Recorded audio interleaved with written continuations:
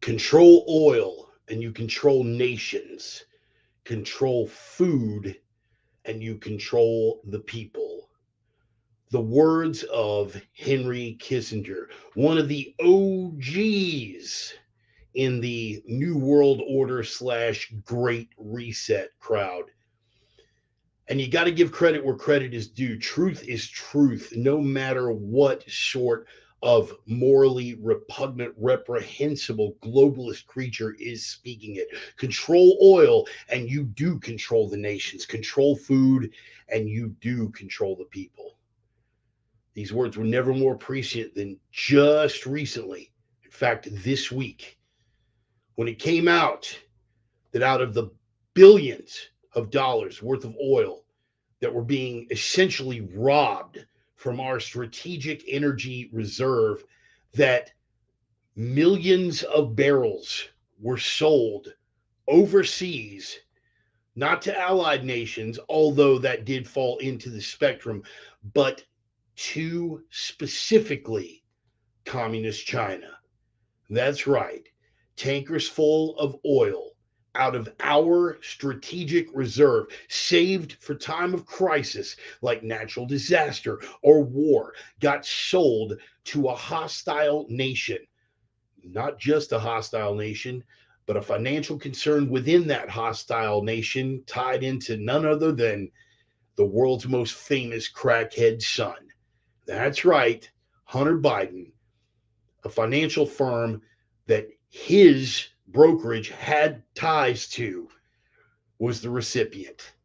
Now, some of us grazers and some of us who are going to defend this cadaver to the very end wanted to blame the oil company, but they conveniently forget that that deal had to be signed off on by the Department of Energy. That is a federal branch that falls under the direct supervision of none other than Joseph Biden. He had to sign off on the deal. Control the oil and you control the nations. A man who campaigned on the elimination of fossil fuels, a man who has done everything in his power to suppress and put down domestic oil production, even as oil prices soar, with the attendant price increases across all the spectrum of consumer goods.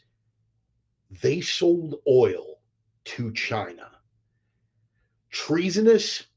I leave that to the courts, but it's certainly an impeachable offense.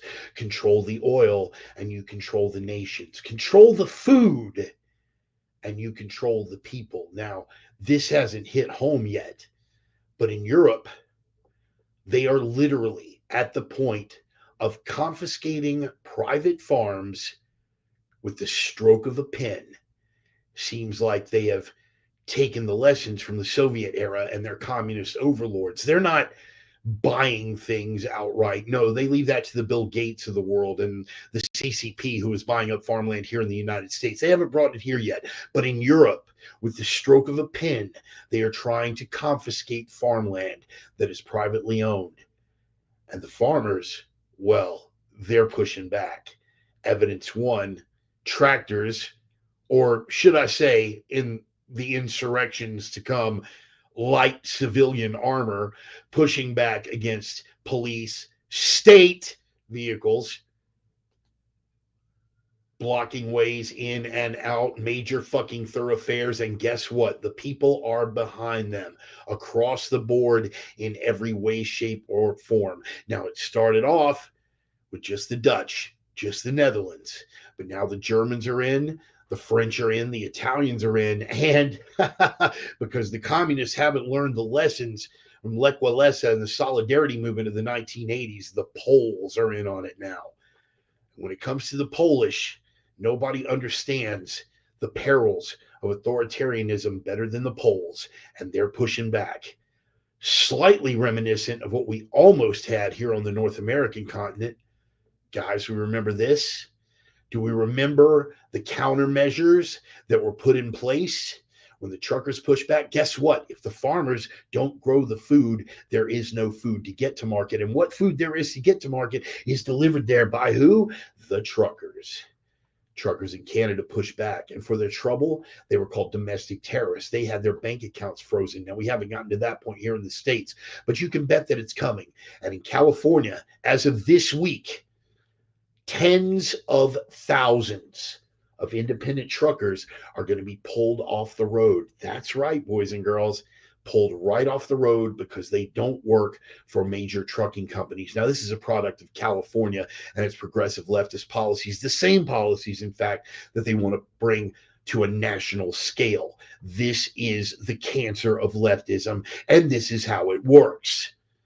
But if you are an independent contractor in the state of California, you will no longer be allowed to operate. This, while we are at the peak of a supply chain crisis, while we don't have enough trucks to get the goods to market, while the ships can't unload their cargoes in a timely fashion because there's nobody to take those consumer goods where they need to be, the progressive state of California is pulling tens of thousands of truckers off the road. Why? Because it's more important to be ideologically pure than practical and logistically consistent. Now, all of these things have been independently fact checked and at first put down to the point where they can no longer deny it. That is the science of fact checking. We will spin it 6 ways from Sunday until it fits the narrative, until it can be proven an utter falsehood, and we will never admit that we were wrong. Once again, a certain Eric Blair, you guys know Mr. Blair, he wrote into the pen name George Orwell, and once again, he was prophetic. They never stated or implied that a forgery was committed.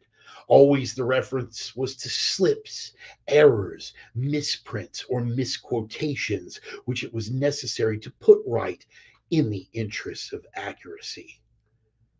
How many times does this resonate in your head when we hear that our cadaver in chief didn't mean what he said? He misspoke. He was misinterpreted. He was quoted out of context. But more importantly, when the fact checkers fail and we are left with the obvious, we come back to another of my favorite quotes from that Mr. Blair.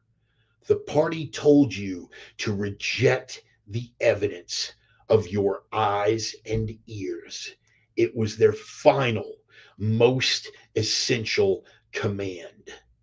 Remember the quote from Voltaire: those who can make you believe absurdities can make you commit atrocities. That's right, boys and girls. The radical left is on the march. The party is telling you to reject the evidence of your eyes and ears. But what they failed to take into account is that in spite of their revisionist histories, in spite of their predictable and pathetic overreaches, we are a culture steeped in the sovereignty of the individual and that individual's critical thought. And more grazers are shaking off the fence and exercising those critical thinking skills. They've run up against a stone wall, and going into November, they will fucking reap it. The opinions expressed by the Reverend are his own and no one else is on the planet. Not friends, not foes, not supporters, not detractors, not sponsors. And I cannot stress this enough, certainly not employers. They have been adjudicated thought crime in all jurisdictions. Consider yourself warned. They are coming from the heart. They are guided by the mind. They are guaranteed to choke you with a big fat dose of thick, veiny, turgid, swollen truth cock. How many adjectives can we squeeze into the lead? Boys and girls, welcome back. It's time once again for the Sunday sermon. Ancestors were abused. All of them. Oh, well, that was Andrew Clavin and not what we needed it to be. Let's try it again. Welcome to the Sunday sermon. Oopsie, little production difficulty. All that build up just for a hiccup.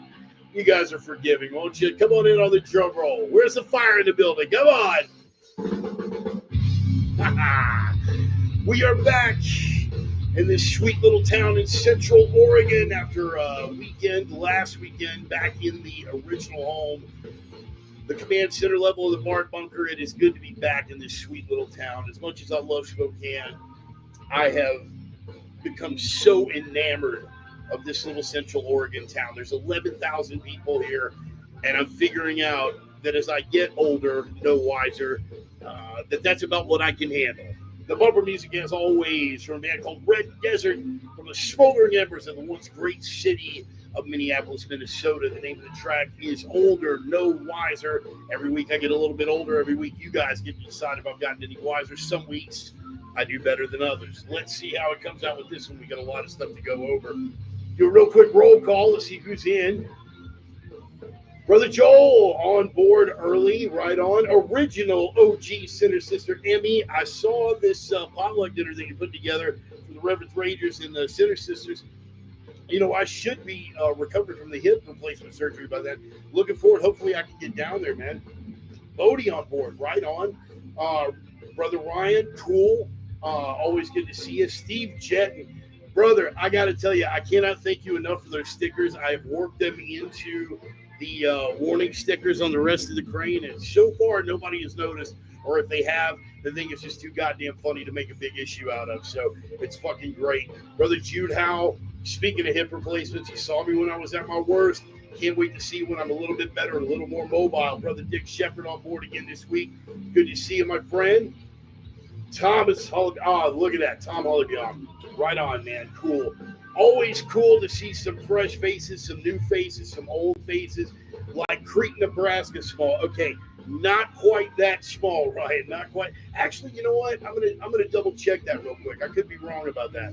Let me see this. Crete, Nebraska population. Thank you, Internet. We can solve that right away. Crete, Nebraska population. Yeah, not quite that small. Crete was 7,000 people.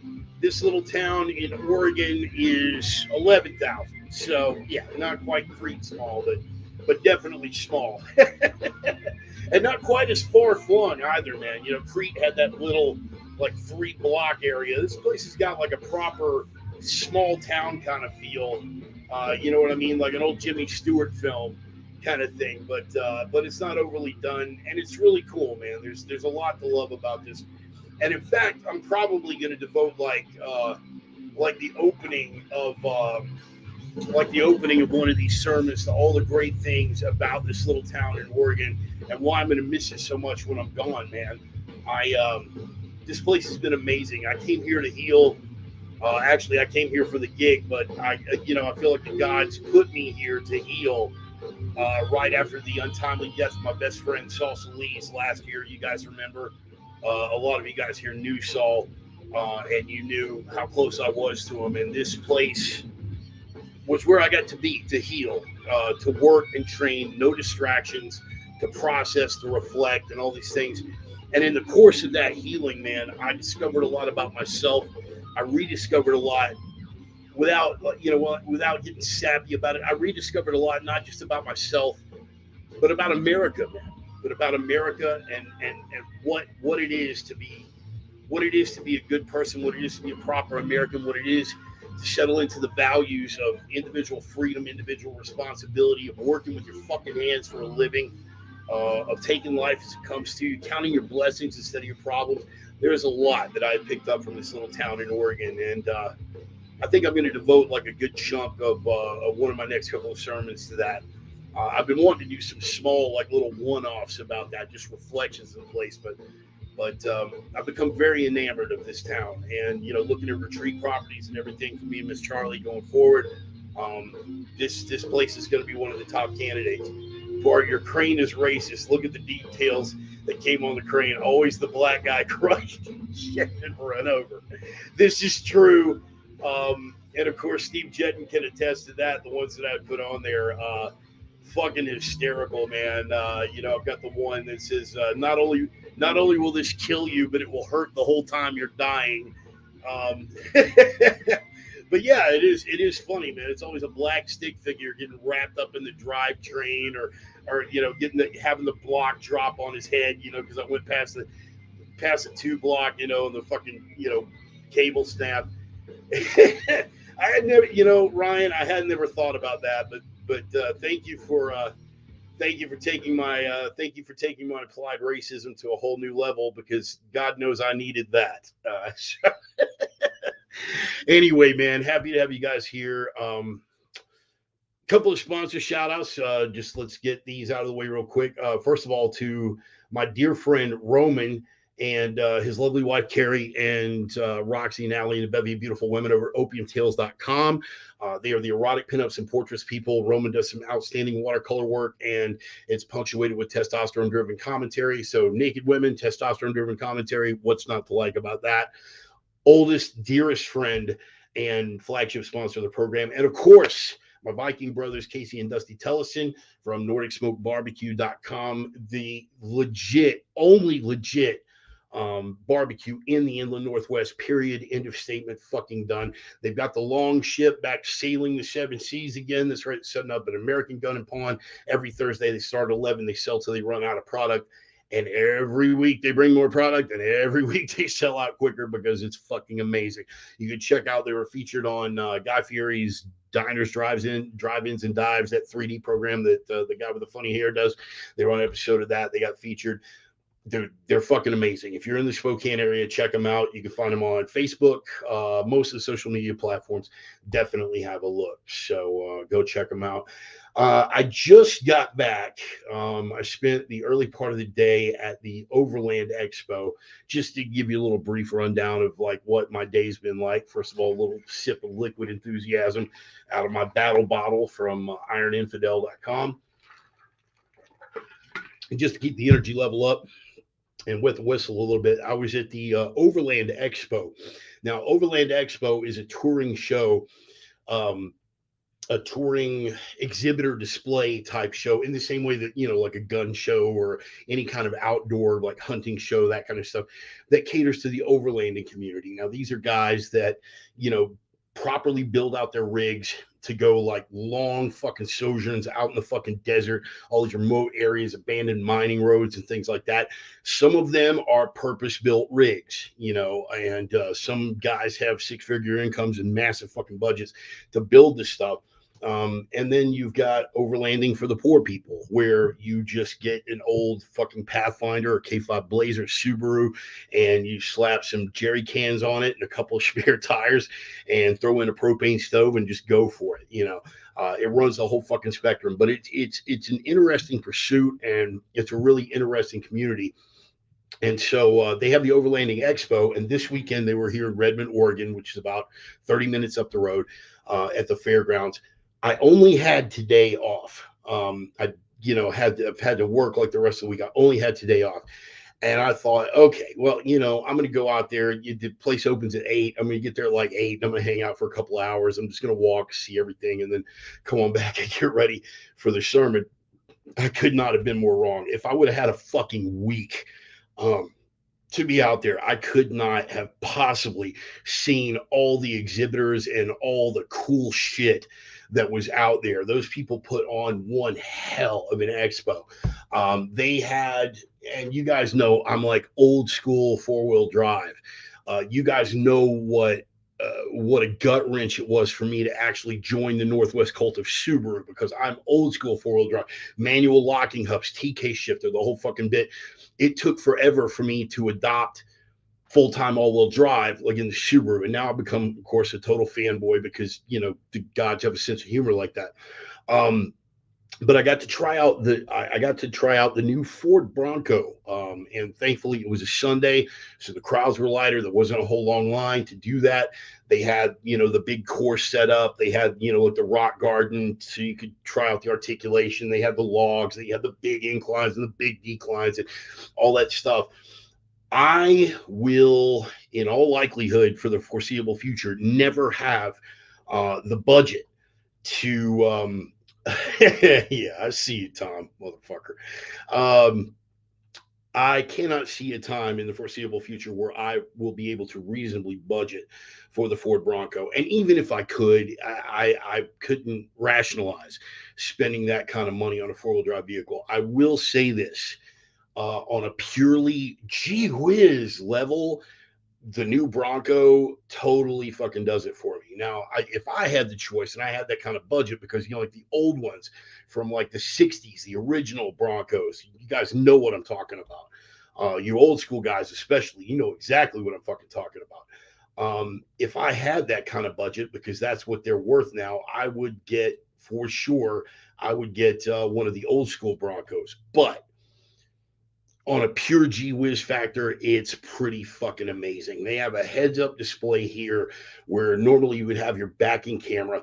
They have an array of cameras around this thing, where you can observe like strictly to the side of your front wheels, strictly to the side of your rear wheels, both wheel arrays at a 180 degree. They have, and this array of cameras will actually give you an overhead view. And I'm like, well, how the hell is it giving an overhead view without like a satellite or something?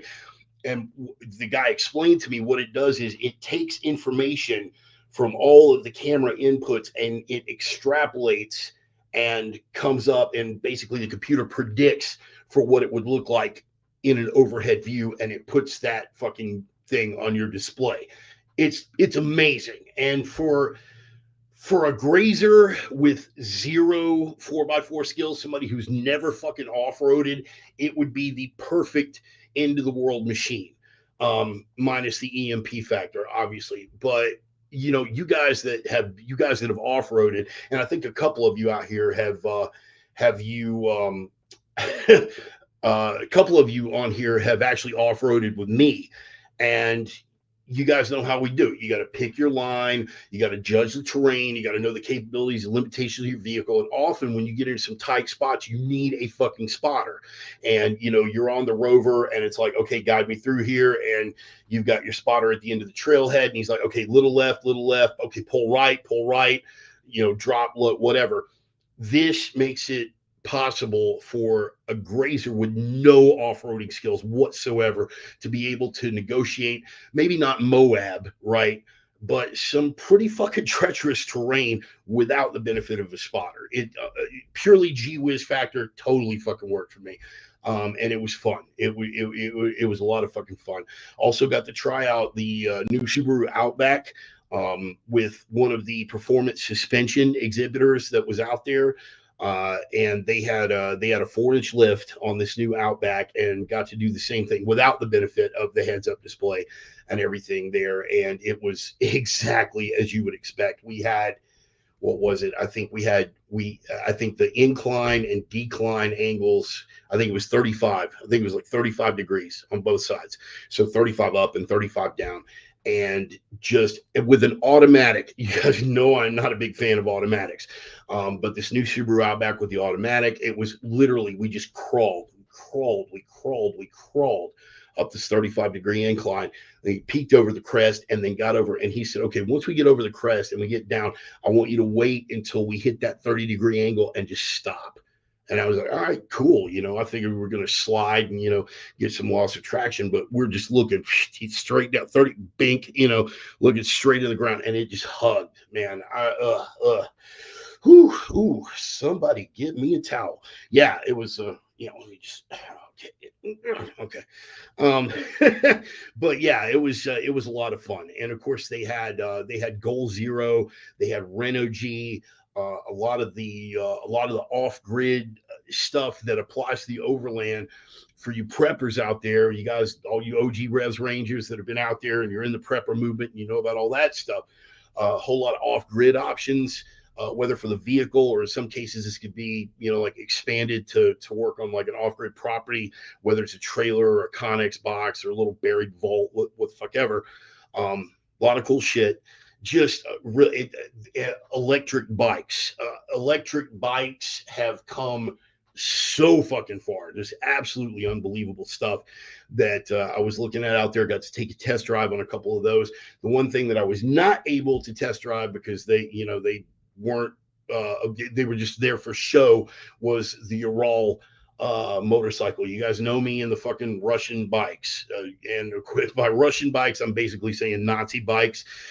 Ural is a company out of Russia, and they basically took some BMW, some captured Nazi BMW military bikes, with an auxiliary. It's a shaft drive, and then they have an auxiliary drive shaft to the sidecar wheel. So it's essentially essentially two-wheel drive sidecar motorcycle.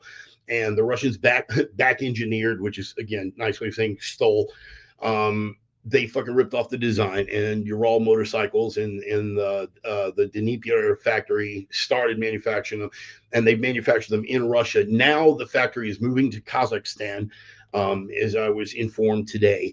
But they are still producing the Ural. Just go and like look on YouTube. Some of those things, complete built for the military type bike. Again, sidecar bike, auxiliary drive wheel, fucking like two-wheel drive, all terrain. They fucked around now with the fuel injection and the gearing to where like before the thing's like maxed out at like 55, and now they've got it to where it's capable of doing freeway speed, 70 75 miles an hour without fucking braking, which you could not have done on the older ones, which is one of the big deterrents about like getting one of those as my primary means of transportation. Now the primary deterrent is, well, the price, because obviously that's gone up. But yeah, it was a fucking blast. It was an absolute fucking blast. And there are some merchants that I made contact with there, some vendors that I've befriended. And you guys know, as I've said before, like on all of my pages, one of the things that you guys respect about me is that I don't shill for fucking anyone. I don't. If it's not something that I use, if it's not something that I believe in, if it's not something that I run myself on a day-to-day basis, you're not going to hear me singing the praises of it here. But there were a number of fucking vendors out there that are definitely going to be getting some of my money down the line, and we will see if they're yeah, that was another consideration. Tick. It was definitely, but actually you can a lot of the stuff, particularly the internal components for the engine, because again, it's that horizontally opposed twin, it's that boxer engine, right?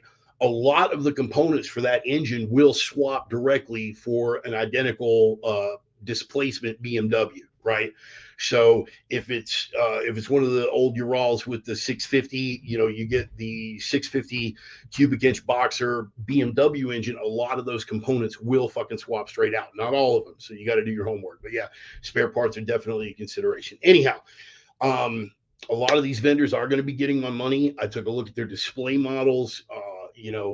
One company that produces like bags and gear for like making everything portable, life on the road, which as a crane operator, Ryan, I know you fucking know that like having to cart everything around, the more portable you can make everything, the easier your life is on the fucking road.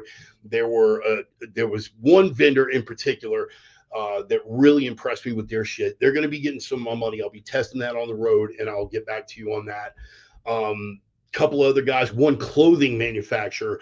They are a small company out of San Diego, and it's a family operation. They do all their stuff in house, and purely it's a family operation. So they're doing the stitching, the design, the fucking fabric cutting. Everything is done in house.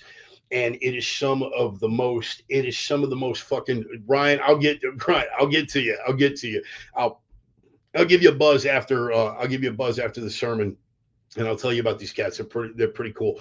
But this clothing company, again, I was looking at their gear, and I'm like, fuck, man, these guys thought of everything. And any of you guys out there that are gear fags like myself, I mean, just self-proclaimed and no apologies, total gear fag.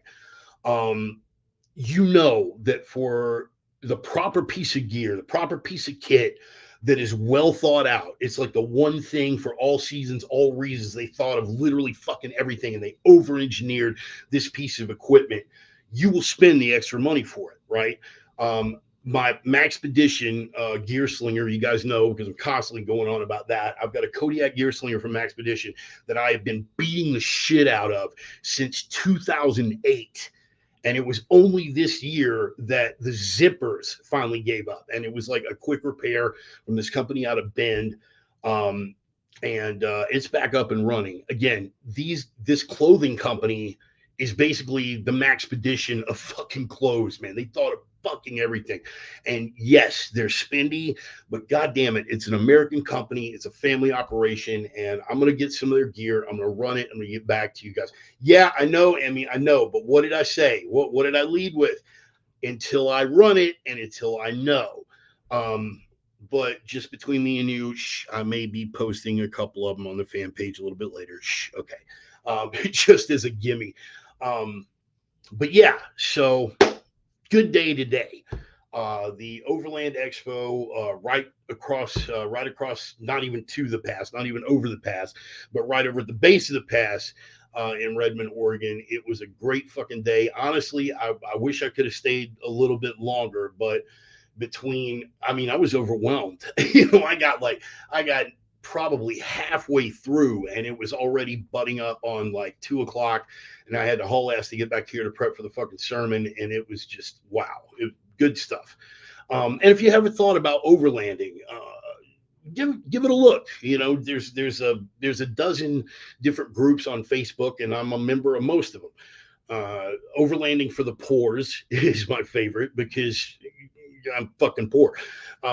Well, not exactly poor, but I'm working poor. I mean, you guys know. So that's where it is. That's how I spent my day. So just wanted to share that with you.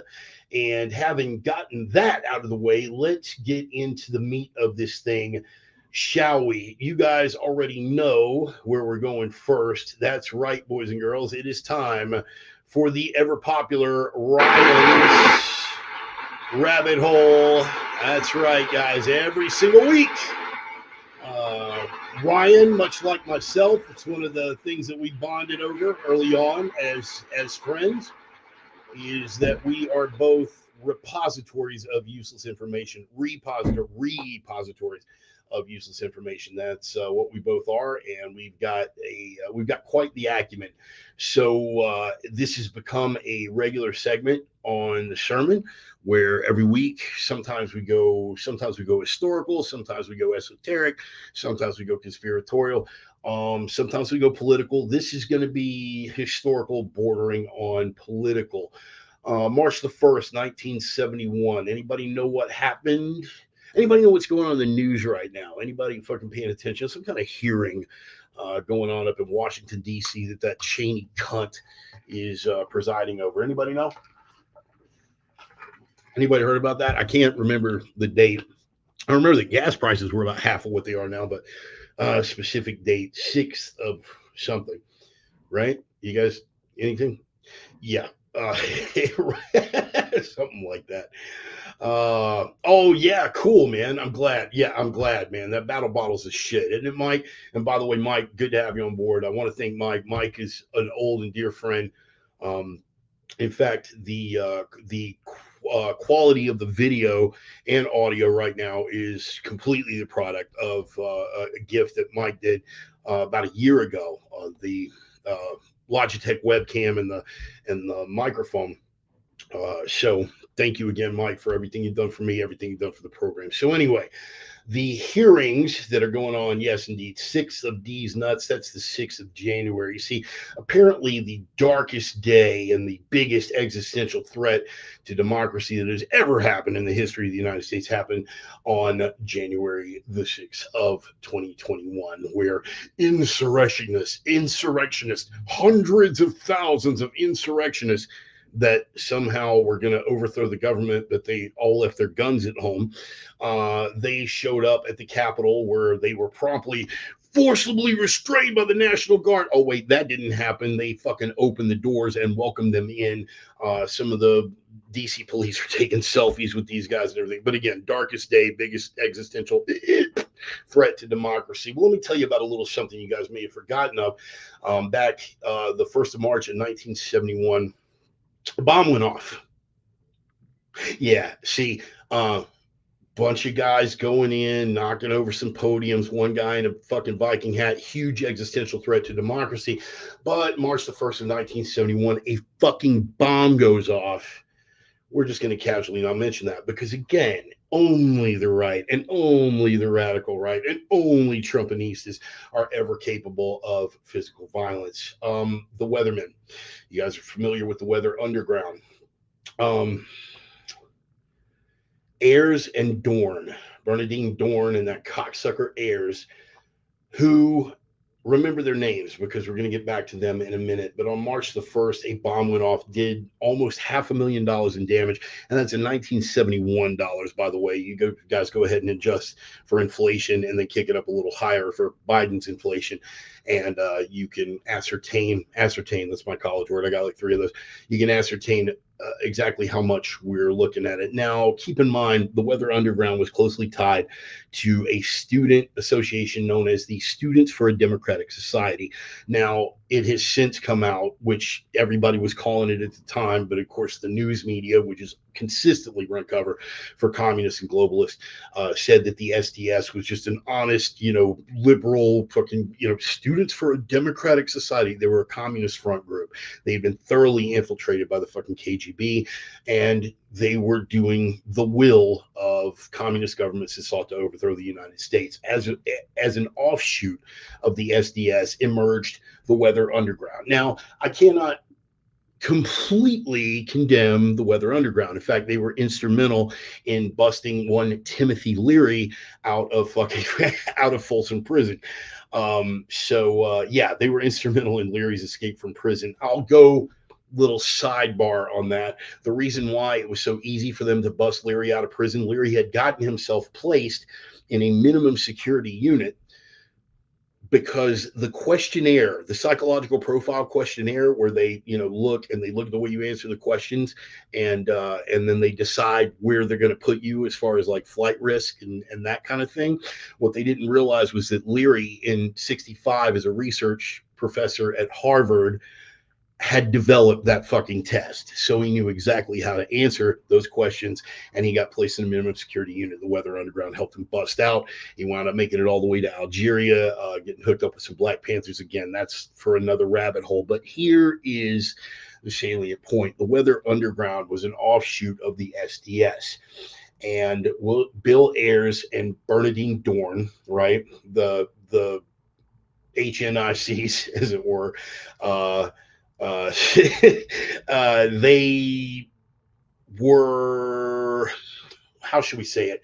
They weren't exactly the Antifa of their day. Now, of course, the rank and file, uh, the dynamics were pretty similar.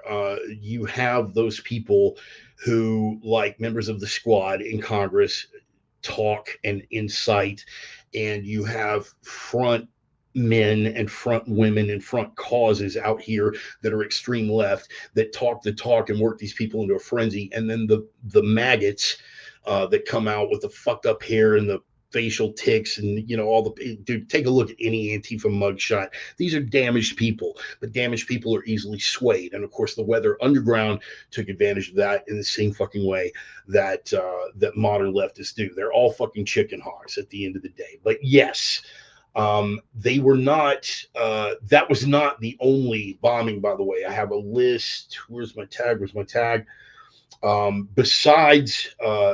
the Capitol building, Weather Underground was also responsible for a bombing at the Long Island courthouse, the NYPD headquarters, downtown New York City, the Pentagon, and the State Department building. Now, in none of these incidents was anyone killed because the bombers always called in an advance warning.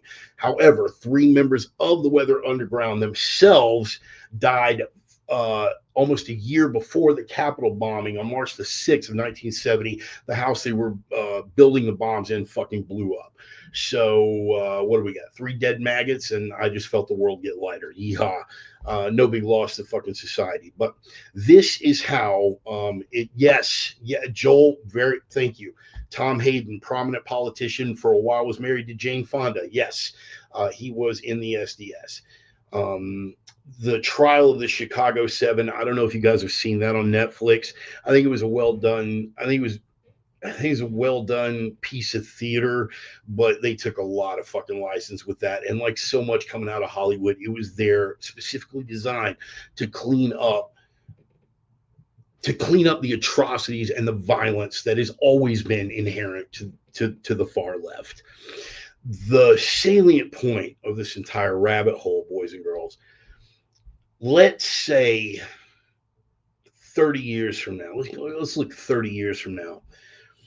30 years down the line, if they find some people like, say, the head of the Proud Boys, head of the Proud Boys, they hung a lot of the January 6th stuff on him. Um, Members of the Three Percenters and the Oath Keepers. 30 years down the line, particularly if the left maintains their dominance of media and therefore their control of the narrative, how do you think these people are going to be viewed going forward? We've already seen the hearings. We've already seen the picture that they're painting. We've already seen the utterly and abjectly false narrative that they're creating based on largely fabricated evidence and way fucking blown out of proportion nonsense. 30 years from now, how do you think the mainstream media, the people who are in control of that narrative, how do you think they will be talking about the leaders of the Proud Boys or the Three Percenters, or for that matter, Donald Trump, who they continue to try to hang on as inciting the whole goddamn thing, right? Probably not well. I'm thinking they will still be called traitors to the union, insurrectionists, yada yada yada. I mean, every pejorative in the world is going to be exercised these people. Here's the thing about the Weather Underground: the two people at the core of the Weather Underground, Bill Ayers and Bernardine Dorn, they were literally, won't happen, Dick. No black pills here, buddy. No black pills. It will not happen. They were essentially at the core of the SDS. They were essentially at the core of the Weather Underground. They bombed the United States Capitol. They bombed the State Department, the NYPD headquarters. They were responsible for blowing shit up. So, how do you think the media decades later regards them? Well, take a look. Bill Ayers and Bernardine Dorn. It depends. If you're asking Fox News or OAN, not too much. If you're asking the majority of the mainstream media, that Mad Owl guy and that Stelter bitch, if you're asking them, Bill Ayers and Bernardine Dorn were devout protectors working to strengthen our democracy, speaking truth to power, taking direct action to fight fascism and the rise of corporate oligarchies and the excesses of capitalism. They will sing their praises from stem to stern. Not only do they have university professorships, but they were close and trusted advisors of the mulatto messiah himself, President Barack Obama. Yeah, I'm not being hyperbolic here. Bill Ayers and Bernardine Dorn were close personal friends and direct fucking advisors to President Obama. Now, I'm not going to go further down that end, okay? I do not believe that Obama was a stealth Muslim. I do not believe that he was a whole lot of the things of which he's been accused. But to deny his ties to far leftist organizations that were responsible for direct and literally explosive violence against the United States government is purely fucking dishonest. They can run cover for it all that they want. So we can look at what went before and we can look at the resonance of how it is going to look going forward. What we cannot deny is that on March the 1st of 1971, the Weather Underground carried out a bombing against the United States Capitol. You place that as a direct act of revolution and insurrection against the government. You put that up against a bunch of guys with fucking stupid Viking hats and fucking face paint taking a shit on Nancy Pelosi's desk. Which one do you think really, really was more of an existential threat? And which ideology do you think represents a true existential threat to the will of the people going forward? The right is not without its violent extremists, but for the left, the extreme left, violence has been their stock and trade for as long as they've been around, all the way back to, well, at least 1971.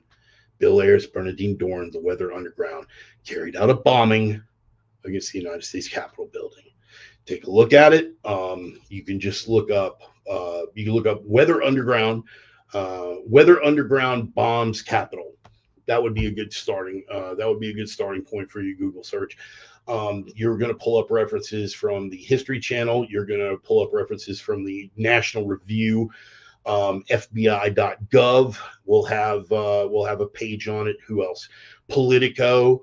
Um, uh, Politico has an interesting piece, shall we say.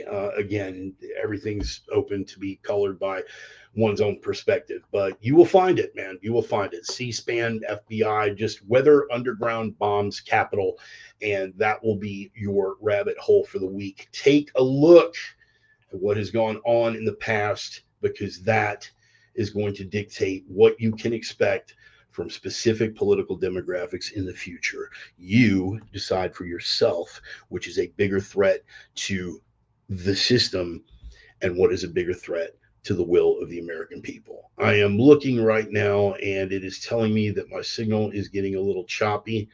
Or at least that my signal is low. Hopefully, we're not going to pull one of those things where it cuts me out. Guys, let me know in the comments if it's getting a little choppy, please. There we go. Signal picked up a little bit. We'll see how it works. Hopefully, it'll hold up. And get another little sip of liquid enthusiasm, and we move on. Uh, Appreciate you guys being here. Appreciate you guys being on board. Look, I'm just going to dip into this real quick. It is not a bullet point that I want to spend a whole lot of time on, because it doesn't really stick to what I wanted to cover in the header about the way that people are controlled. Um, Kissinger said, "You control the oil, you control the nations, you control the food, you control the people." But there's one more thing about control. There's one more factor that he left out. And before the end of the program, we will get to that. That's the gist of where I wanted to go with that. But I would be doing myself and you guys a disservice if I didn't address this, since we're just coming off of a rabbit hole talking about political violence on the left. Now, we've heard all about insurrectionists and domestic terrorists on the political right and things like that, and the mostly peaceful protest and everything that followed Roe v. Wade, sending the abortion thing back to the states. Here's the thing that nobody's talking about. No, there was only one real riot, per se, in Arizona after the Roe v. Wade thing. There were a number of demonstrations that got out of hand, ironically enough, all of which took place in blue states, which are actually going to be expanding abortion rights in the wake of Roe v. Wade being overturned. But the one thing that no one seems to be talking about, again, mostly peaceful. The left is mostly peaceful, fiery, but mostly peaceful. Two cops died, but essentially it was a peaceful protest before things got out of hand. It's tired. It's tired, and it's fucking old. And if one of the usual suspects happens to be watching right now, yeah, this is absolutely directed at you, motherfucker. If the lie fits, fucking, slide that fucker on like a condom and wear it, because you own the shit now. You own it. No, there haven't been any major demonstrations or cities bursting into flame yet. Probably coming as we get closer to November, or maybe the people that orchestrated it back in 2020 have learned their lesson and realize that's going to reflect negatively on a Democratic Party that's already going to get crushed. Who knows? Anything could happen. But the one thing nobody's talking about is that there have been over 30 acts of direct violence, including fire bombings, including shootings, vandalism, property damage, threats to personnel, that have taken place in the wake of Roe v. Wade at crisis pregnancy centers. This is the fiction of pro-choice. Guys, I've been abundantly clear in my position on abortion, and a lot of my conservative friends aren't going to dig it. But the one thing I promise is that I'm never going to lie to you. You're going to know where the fuck I stand. I believe that, and I'll say it again just for clarification purposes, I believe abortion is murder. Having said that, I'm totally okay with murder in specific circumstances, as long as you call it murder. Full disclosure, I'm actually an advocate for eugenics. Yeah, big shock, I'm sure. But I believe that eugenics is a highly underrated science. And you can take that however you want to take it and run with it. I don't care. Um, for the sake of the species, I believe that eugenics is a highly underrated science. I just want to say all this stuff out front so you know exactly where I stand, where I go in before I go into the meat of this thing. These acts of violence against these crisis pregnancies. Again, agreed, Dick, totally agreed. Now, just because I feel that way on a personal level does not mean that I feel like any state, any government could be trusted with that kind of power. Okay. It's a purely personal thing. If I could magic the fucking world and make everything cool, this would be something worth pursuing. But again, no state, no government can be trusted with that kind of fucking power. Again, personal versus practical. Okay. Principle versus practice, just so we're clear. Um, but these attacks have taken place against crisis pregnancy centers. Now, what a crisis pregnancy center is, as opposed to a fucking baby shredder mill, as opposed to an abortion clinic, as opposed to a murder factory, what these crisis pregnancy centers are essentially they will help women to find resources that are available to them. In other words, if you decide to keep the pregnancy, we will work with you as far as state and private and charitable resources that will help you get through the birth and the delivery and the early part of caring for the child as a single parent. Or if the father wants to be involved, we will assist.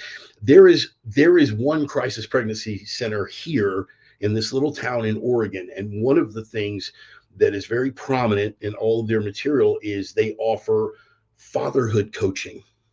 So, assuming the father wants to be involved, they will pull this in. And yes, most of these organizations are sponsored by a church or religious organization of some kind, as if that somehow in and of itself made it an existential evil that must be eradicated. Well, to the cult of baby shredders, it is. Okay. But again, crisis pregnancy centers, they basically say, okay, you're pregnant. You're up against it. You're poor. Maybe you're single. Maybe the dad ducked out. You can have an abortion. Or if you decide, if you make the what? If you make the what C word? If you make the choice to keep the baby, we will help you with these resources. The church will help you. The community will help you. Private charities will help you.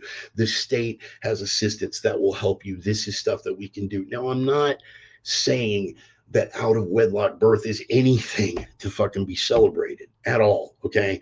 Illegitimate birth is the single greatest predictor of social fucking disaster with any demographic. Take a look at it across the board. Across the board, any racial or ethnic demographic, the ones who have the highest rates of illegitimate birth and fathers not being present in the home, have the highest rates of violent criminality, have the highest rates of fucking disaster, domestic abuse, violence, prison, all that. But if they make the choice, because after all, we're pro choice. I consider myself pro choice. I do believe in bodily autonomy. I also believe in calling murder murder. But if we're going to make the choice, that's what these crisis pregnancy centers are for. These women make the choice to keep the baby and they will provide the resources. So, why, if you are going to call yourself pro choice, which is a misnomer? I mean, I think it's always been a misnomer to a greater or lesser degree, but as the abortion movement has gotten more and more fucking radical, um, it's a complete misnomer at this point. If you're going to say that you're for choice, why would you be attacking these clinics that are basically providing women a choice? Because they're not making the choice that you wanted them to make, because you're not about choice. You're about killing the fucking baby. Do you want to know why, leftists? Do you want to know why you have lost the American people? Do you want to know why in the aggregate, when you look at the studies, well, 78% of people said that Roe versus Wade should have stayed in place. And then you ask them, you go further, you ask them, how long should abortion be allowed? Well, abortion should only be allowed through 12 weeks, 14 weeks. That's 90% of the fucking population want it cut off at that point. A full third of the United States population only says that it should be approved in cases of rape or incest. And I agree, Joel. I agree. I agree. But we're looking at practicality and we're looking at the social implications on a broader scale here. Um, you're okay, Aaron. Hey, did you get a look at the new kettlebells? Aaron, how do you like the new kettlebells? They should be out in the garage, man. Take a look. Those comp bells or something else, huh? Anyway, before we get too far off there, uh, the reason why, and this is the reason why the Democrats are not getting a boost. They thought they were going to get a boost. They thought that the overturning Roe versus Wade was going to kick them way up in the polls because everybody's going to freak the fuck out. But people are figuring it out, and it's not giving them that boost. Why? Because you have lost the American public on the debate. Bill Clinton, filthy fucking lying globalist that he was, one of his famous sound bites was that abortion should be safe, legal, and rare. I thought that was beautiful. I thought it was beautifully put. Safe, legal, and rare. Proper, but they have gone so far outside of that now that it is literally codified into law in 2 states. And yes, I'm putting, well, of course you're going to pull up the extreme example. Yeah. Do you want to know what percentage of abortions follow rape or incest? Single digits. So don't talk to me about extreme examples. But it is essentially codified into law in at least 2 states now, Colorado and Virginia in particular. You can literally split the skull of a living baby while it is crowning, and it's considered reproductive health care. Codified into law. Extreme example, yes. Do we have any known cases of that happening? No. But it is codified into law. In the same way that the 10-year-old that had to go across the border into Indiana to get the abortion, an utter bullshit story, by the way. I'm sorry, any of my medical people, feel free to correct me if I'm wrong, but where is the pregnancy test that can pinpoint the moment of conception to 6 weeks and 3 days?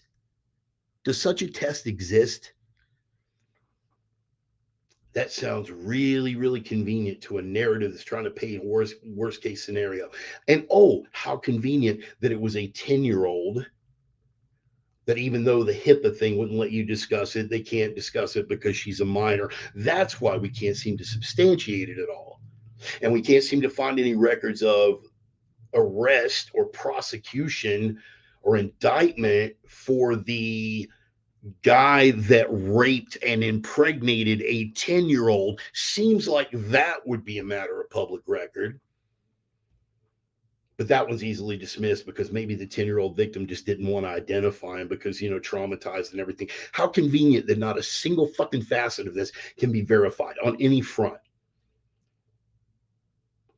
But again, show me a pregnancy test that can pinpoint conception to 6 weeks and 3 days. How convenient that she was only 3 days over the limit, and this evil law from those awful forced pregnancy people in Ohio made her go across the border into Indiana where she was still able to get an abortion.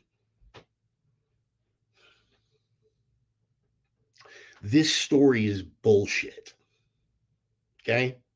The only fallback plan that they have for it is, well, you can't prove that it didn't happen. Right. How fortunate that we are in a civilization where the burden of proof is on the accuser. How nice. You can't prove that it didn't happen. I can't prove that Russian hookers didn't pee on the president. I can't prove that Trump didn't choke a Secret Service agent while reaching across and grabbing the wheel of the fucking presidential fucking Lincoln Navigator. I can't prove it didn't happen. Fortunately, you have to prove that it did. And until you do, this is unsubstantiated bullshit. And I will not be held emotionally hostage It's a famous fucking game of the left. They love to play that shit. Where you look at a story, Jussie Smollett, classic fucking example. Gay black man got attacked by two, and you look at the story and you're like, dude, this is bullshit. My God, you're denying a modern day lynching. Have you no care for the history of institutional racism and racial brutality in this country? How dare you? No, dude, I'm looking at a story that's obviously bullshit, and I'm calling it bullshit. They're playing the same game here. Make no mistake about it. They are playing the same fucking game. They know exactly what they're doing. A 10-year-old girl who was raped and forced to carry the baby to term. Oh my God. Have you no shame? Have you no sympathy? No, I have no tolerance for bullshit because you're lying. And I won't be held emotionally hostage. If that short dicks every cannibal on the Congo and cuts my fucking friends list in half, fucking bravo, dude. If I need another friend that badly, I will feed a stray fucking dog. How about that? I digress. This is, let me see if I can find, this is one of my favorites right here. This is why they have lost the American public. This is why they've lost the American public. Because of shit like this. We'll see if you're still anti abortion after I fuck your husband. Wow. That's really the way to win the narrative there, Sparky. Very fucking charming. This 4-panel again from George Alexopoulos. And if you don't follow George Alexopoulos on fucking, actually, I don't know if this is George. This might not be George. But if you don't follow George Alexopoulos, you should. It's a 4-panel, and that's kind of his trademark. But this is basically what it comes down to here. My body, my choice. And again, that C word, choice. I choose to keep it and go to a pregnancy center. And then Handmaid Tale cunt, burn the center down. Right, because it's not about choice anymore. And if you think that I'm being extreme, and if you think that I'm painting worst case scenario, this is, I'm just going to let you listen to it. Again, I've got to figure out a way that I can put a little fucking video bite down here in the corner so you guys can actually look at it. In the meantime, I'm just going to play you the sound. But a 16-year-old girl out, yelling at some anti-abortion demonstrators. She's part of a pro, and this girl couldn't be a day over 16. And we're just going to listen to this.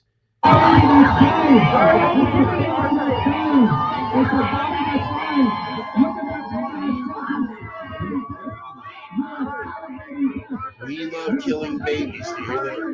We love killing babies. We love killing babies. Over and over and over again. I posted the link to the fan page of that video, and there's another one. God, I really wish I could play the video here because it doesn't do it justice. You guys can go to the fan page on Facebook right now and look at this video because I reposted it just before the sermon because I wanted people to see this. It's from the Libs of TikTok feed. And look, man, the whole tinfoil hat conspiracy theory about the world being controlled by a cabal of fucking satanic child molesting fucking murderers and that kind of shit. And then you have this facially tattooed cunt with all the Baphomet and other satanic symbolism, and she's giggling. I wish I could. God, man, you guys have to go see this. Promise me you will go see this. You will go see this video. But it's posted to the fan page, and I cannot do it justice. This chick, predictable Antifa-looking cunt, all tatted up and everything. She's giggling at this video, and this video is basically a bunch of guys in Illuminati pyramid hats that are drowning baby dolls and smashing them against hard objects and stuff, and she's just giggling her ass off. I posted this to the fan page because I wanted people to look at it. Look, feel how you want about it. In my younger days, in 1992, at the Republican National Convention, I worked defending clinics. You guys know my whole history on that. You know that I've run the gamut.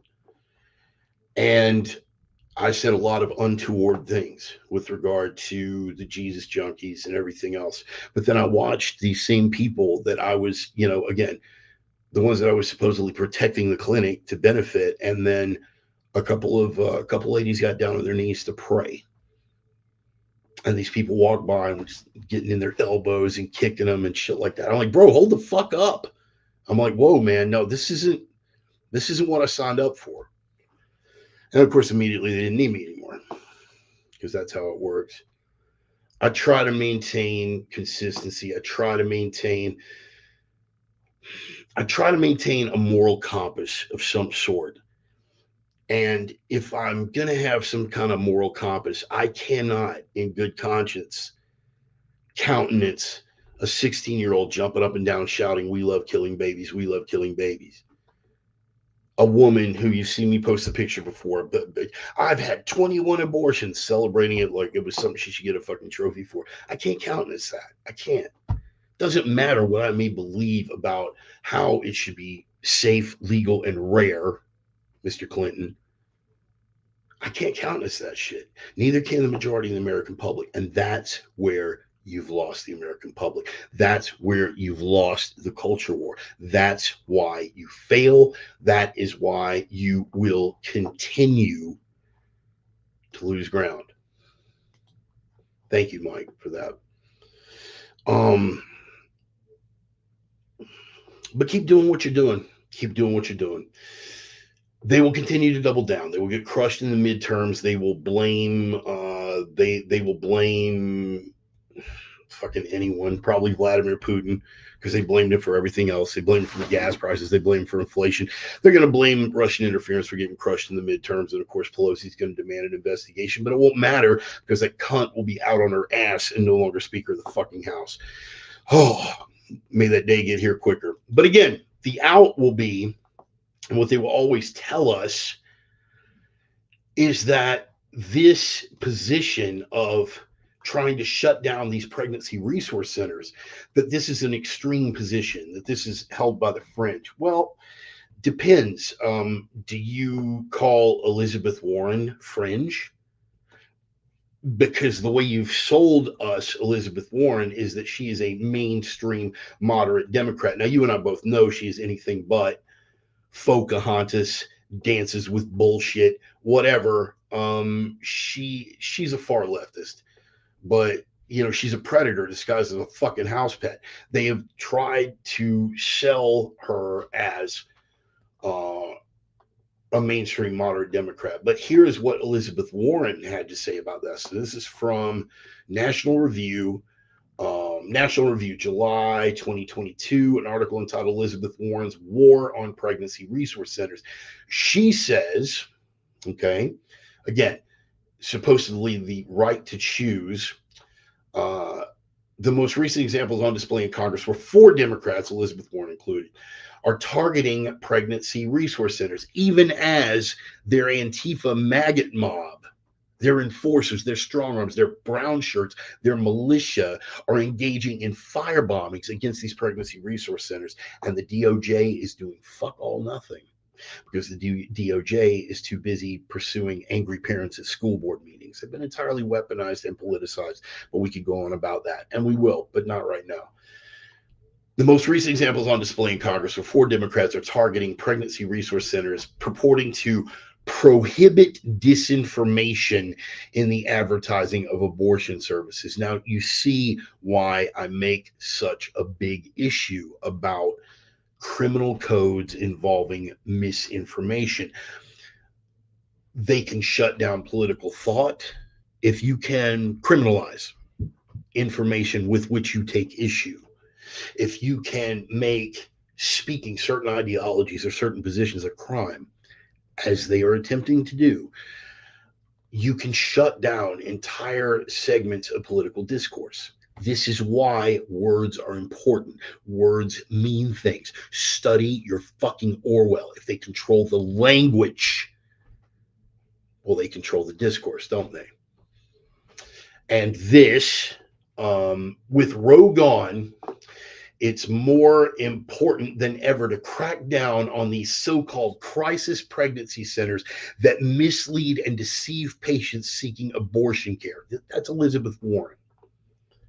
We need to crack down on deceptive practices and misinformation these centers use to prevent people from getting abortion care. And I've got a bill to do just that. How convenient. How convenient. sitting lie. Fuck. Deceptive practices, okay? Prevent people from getting abortion care. Well, again, I thought we were about choice. All these people are doing is offering them a choice. There is nothing outside of these crisis pregnancy centers, not here, not anywhere. You people down in Houston, you know where a few of them are downtown. They're very close to Planned Parenthood. But the placement is the only thing that would even imply that they're abortion centers. They do not advertise abortion services. They call it exactly what it is. They call it resource resources for crisis pregnancies. Now, if you want to take that to mean abortion because you're part of the baby shredder cult, then knock yourself out. But they're not misinforming these women. They say right up front, we are going to show you if you choose to keep your child. If you were truly about choice, why the fuck would you be that hell bent on attacking someone who literally they're not they're helping out. You want to talk about misuse or something like that? Let me give you a little background, okay? And that's why this is close. And this will give some insight as to why this is so close to home for me. I was adopted. I was adopted. My birth mother, you have seen her. You have seen her on my feed, Marsha Kelly Illingworth, right? I was adopted. I did not meet my birth mother until I was 51 years of age, 2 years ago. Okay. She was one of the Crittenden girls. Let me tell you about the Crittenden girls. The Crittenden home, Crittenden crisis home for, troubled girls. It was a huge scandal in the state of Tennessee. They basically took these women in and told them that the only way, now keep in mind, a lot of this is 1969, so this is pre Roe v. Wade. They did utilize deception. They pulled these women out that were in crisis position. They pulled them off. They isolated them. They took them to these homes. There was a mail drop if you wanted to forward any of the mail. And they were basically told the only way that you or this child is going to have a chance at a good life is if you put the child up for adoption. Now, was that deceptive? Yeah, that was deceptive. That was misleading. But I'm still alive, and I'm pretty fucking okay with that. But my mother was one of the Crittenden girls. She was essentially brainwashed. That they didn't even tell them about all the state aid that was available, any of the charitable or church resource, anything. It was a puppy mill for fucking babies. The only way you or that child is going to have a chance at a decent life is if you put the child up for adoption. And my mother did. I didn't meet her for 51 fucking years as a result of that. The attempts that I made to get in touch with her were stymied by the state of Tennessee because that was a huge scandal in the fucking state. Okay. So for me, this is personal. I know what deceptive practices look like. But these crisis pregnancy centers are not that. They are not telling women how are you going to go to a woman and say the only way that you're going to have a chance at a decent life is if you keep this baby. That's not going to work. They're not even telling them the only way that you're going to have a chance at a decent life is to put the baby up for adoption, because there's literally, from every one of these crisis pregnancy centers, there's literally an abortion clinic just down the street. And while we're on that subject, Planned Parenthood, Planned Parenthood, interesting. Oh, well, only 3% of our services involve abortion. Only 3%. Only 3%. Really? Then how come in the wake of Roe v. Wade, you're closing down fucking clinics? If only 3% of your income and only 3% of your services were abortion, shouldn't you still be there for prenatal care? Oh, wait, you don't actually provide that. Should you still be there for counseling and abortion this and adoption that? Should you still? Oh, wait, you don't do any of that. And if you look on the Reverend Bart fan page, I posted a link to that. All of those things be thoroughly fucking debunked. So again, I can be pro-choice in principle. I can be pro-choice in practice. But at the end of the day, regardless of which side of the spectrum you're on, you don't just get to make shit up. A lie is a fucking lie. We are either having an honest dialogue or we are not. And clearly, here from that side, we are fucking not. But Elizabeth Warren got a bill passed, wants to shut down crisis pregnancy centers. Why? Because it's not about choice, not for these people. They are part of the baby shredder cult. They are. And this is why they've essentially lost me. I put my ass on the line and got my skull cracked by not just anti abortion protesters, but fucking Houston cops during the 1992 Republican National Convention. I put my ass on the line. I've been out front. You motherfuckers that sit there and virtue signal from on your fucking keyboards. I've been up front. I was outside the fucking Astrodome in 1992. Got damn near trampled by fucking police on horseback. Got my skull fucking split. Fucking police with riot batons. Got tear gas. The whole fucking bit. I've been on the front line. Oddly enough, for your cause, leftists. Because I was young and naive once myself. But I took it to a level that I'm not willing to go, so I know from whence I speak. When you hear me slagging Antifa maggots, it's because I know exactly what Antifa is about. Why? Because I walked among them. Named Travis Morales, ring a bell? Latino militant in Houston, Texas, inside of the fucking Moody Park riots. Me and him were coffee buddies. Yeah, I was that far fucking left of center. So I know about Black Bloc. And I know about masking up. And I know the way that these maggots fucking hide behind the peaceful protesters, hurling rocks and bottles and whatnot. So when the cops charge forward, they charge into the peaceful demonstrators. And it looks like, oh, poor peaceful protesters got charged into by renegade cops. They know exactly what they're doing. Okay. You can bullshit the grazers, right? You can bullshit the fence sitters. You can bullshit the middle of the road motherfuckers. But don't play it with me, motherfucker, because I was one of you. I know it's a lot to digest, man. I know it's a lot to fucking put out there. But the one thing, and I've said this from the beginning, man, you will always know where the fuck I'm at. 100% stem to stern. I'm not going to bullshit you. I will tell you the paths that I've fucking walked, and I will tell you how I arrived at this point in my fucking journey. But just know when I'm coming at you and I'm telling you how fucked up and sick these people are, that I know from whence I speak. Once upon a time, I would have defended a clinic purely on the principle of pro choice. It is no longer about pro choice. These people are sick. These people are sick, depraved motherfuckers that are reveling in the blood of dead babies and want to fucking extinguish any goddamn alternative. How dare you keep that child? Because a woman keeping her child nowadays, oh, well, that doesn't fall into their fucking narrative. That doesn't fall into individual empowerment. That doesn't fall into their idea of bodily autonomy, their particular fucking cult, their particular religion. They have lost me forever. And ladies, if you're out there and you've been a friend of mine for life and that is the deal breaker for you, you will not be missed. No exceptions. I will stand for your right to choose. I will stand for principled application of the constitutional process, state to state, elected representatives, and the voters making the fucking choice. And if you've got to go out of state to have your first trimester abortion or find yourself in a crisis, guess what? I'll still be the motherfucker to drive you. I will. That's how I'm built. That's how I'm wired. I consider myself a principled man and I try to live by that. But if you expect me to get out here and cheerlead with the likes of motherfuckers like that bitch that I just played, 16-year-olds jumping up and down, we love killing babies, we love killing babies. These sick fucking maggots on TikTok making videos with all their fucking Baphomet tattoos of fucking guys with Illuminati pyramid hats smashing baby dolls and drowning them and all this fucking crazy shit.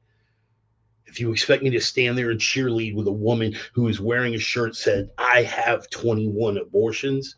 Wait a minute. I thought you were the guys that just said it was only, oh, rape, incest, life of the mother is threatened. So you're telling me that 21 times in your life you've been raped, fucked by your uncle, had an ectopic pregnancy? That's happened to you 21 times? No. You're using as a method of birth control. And I'm not going to fucking cheerlead for that. Is it your choice?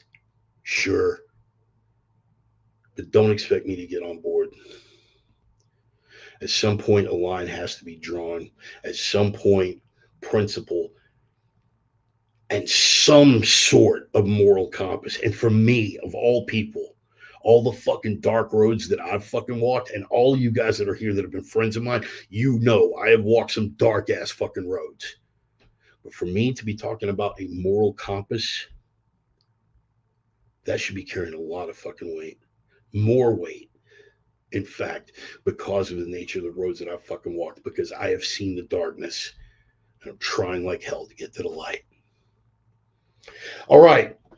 So that's it for that. I didn't even mean to spend that much time on it.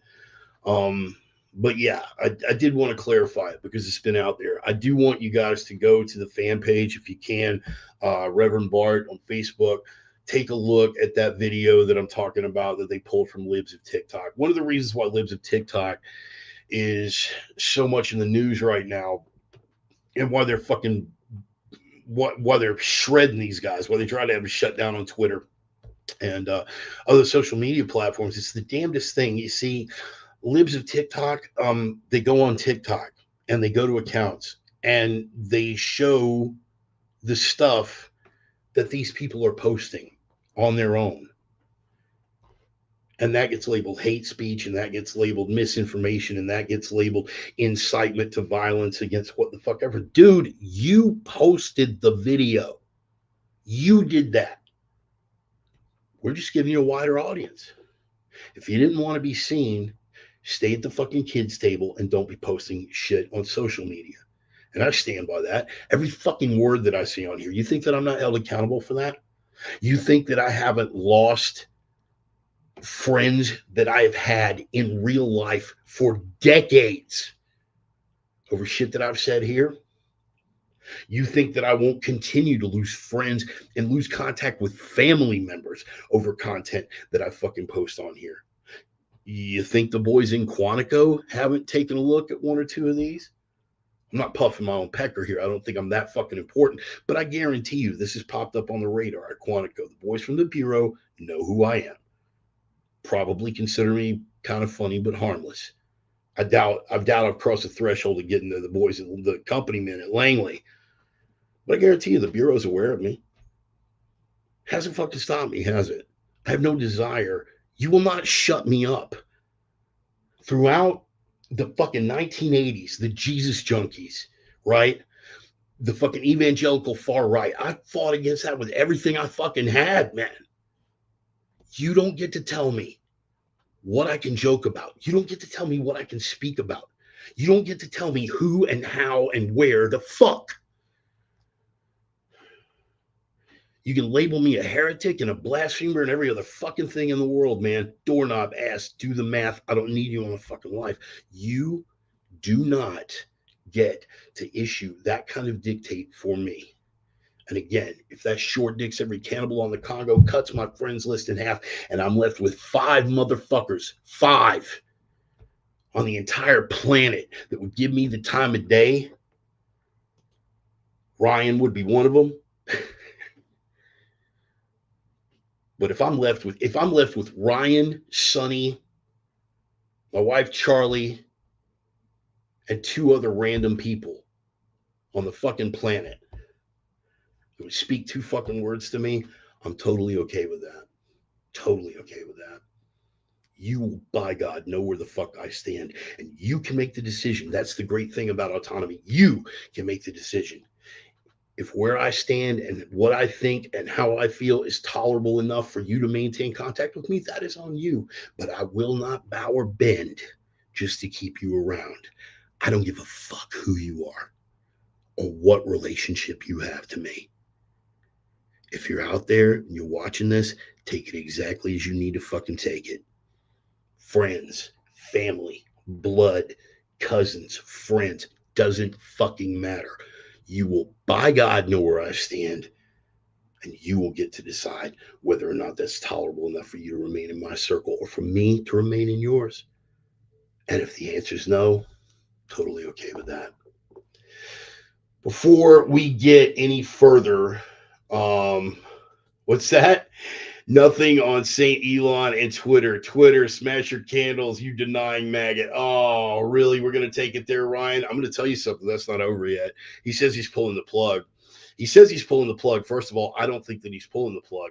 I think the stock prices, I think this is a calculated move. Since you brought it up, I wasn't going to go here, but since you brought it up, I believe that oh, Saint Elon the Beneficent. I believe that this is a calculated move. It's going to drive the stock price down. And at the very least, it has exposed Twitter. It has exposed Twitter for exactly what the fuck they are. Now, everybody in the world knows that better than 50% of their accounts are bots. And now chaos because the shareholders are going to watch that stock price fucking plummet because Twitter fucked up and lied. I don't think this is over. I don't think he's legitimately pulling the plug.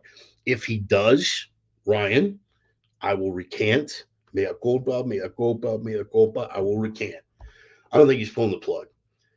I think this is a calculated fucking move. I think it's a calculated fucking move. But we'll see. We'll see. Anyway, man, let's finally get to the bullet points, shall we? Can we please get to the bullet points? And these are the main things that I wanted to drive into, man. And they can be briefly summed up. What it is all about is about the dynamic and the nature of control. What did we say in the header, guys? You remember the quote that we had in the header? What did we say? What did we say, boys and girls? The old Kissinger quote. Control oil and you control nations, control food and you control people. Let's deal with the first one first, which is oil. What do we find out happened this week? What did Biden campaign on? Biden spent the entire fucking campaign on the principle that he was going to eliminate fossil fuels. Now, he scrambles now to blame Putin. He scrambles now to blame the Putin price hike and greedy oil companies and mom and pop gas station owners for the fucking, everybody needs to bring the price. I didn't have anything to do with it. Motherfucker. I realize you're an addled cadaver. Again, as I've said before, this is not about Biden. When you hear me say Biden, unless I specify, no, I mean Biden, Biden. Unless you hear me say Biden, Biden, right? Just go ahead and take on GP that what I mean is Biden's handlers. Biden doesn't know what planet he's on, all right? But his handlers in the run up in the campaign, what did he say? What did he campaign on? He was going to end fossil fuel. He said it in the debate. He said it countless times on the campaign trail. He said it, I don't know how many times from his basement where the whole campaign was essentially fucking conducted and still got 81 million votes. Let me be specific about that. That is the official story, 81 million votes, okay? Because YouTube last week, yeah, they bumped me. It's on Facebook, it's on Twitter, but YouTube bumped me. YouTube bumped me. I have been very careful about parsing my words and I appealed to YouTube. Of course, nothing is going to happen. And in all likelihood, this video is going to get reported and it's going to get pulled. But you guys will know for the record, I said 81 million votes is the official account. No court has heard anything to the contrary. The official story is that 81 million votes were cast for Joseph Biden. And those 81 million votes were cast in favor of he's going to eliminate fossil fuels. That was it. He said it in the debates. He said it on the campaign trail. He said it before the 5 different public appearances he had where like a half dozen people showed up because of social distancing, not because he couldn't pack a high school gymnasium. But he did get 81 million votes. That's the official. Um, Oil. First thing he did, shut down the Keystone Pipeline, severely curtailed U.S. production, canceled new leases while telling, here's a little thing about the oil field, okay?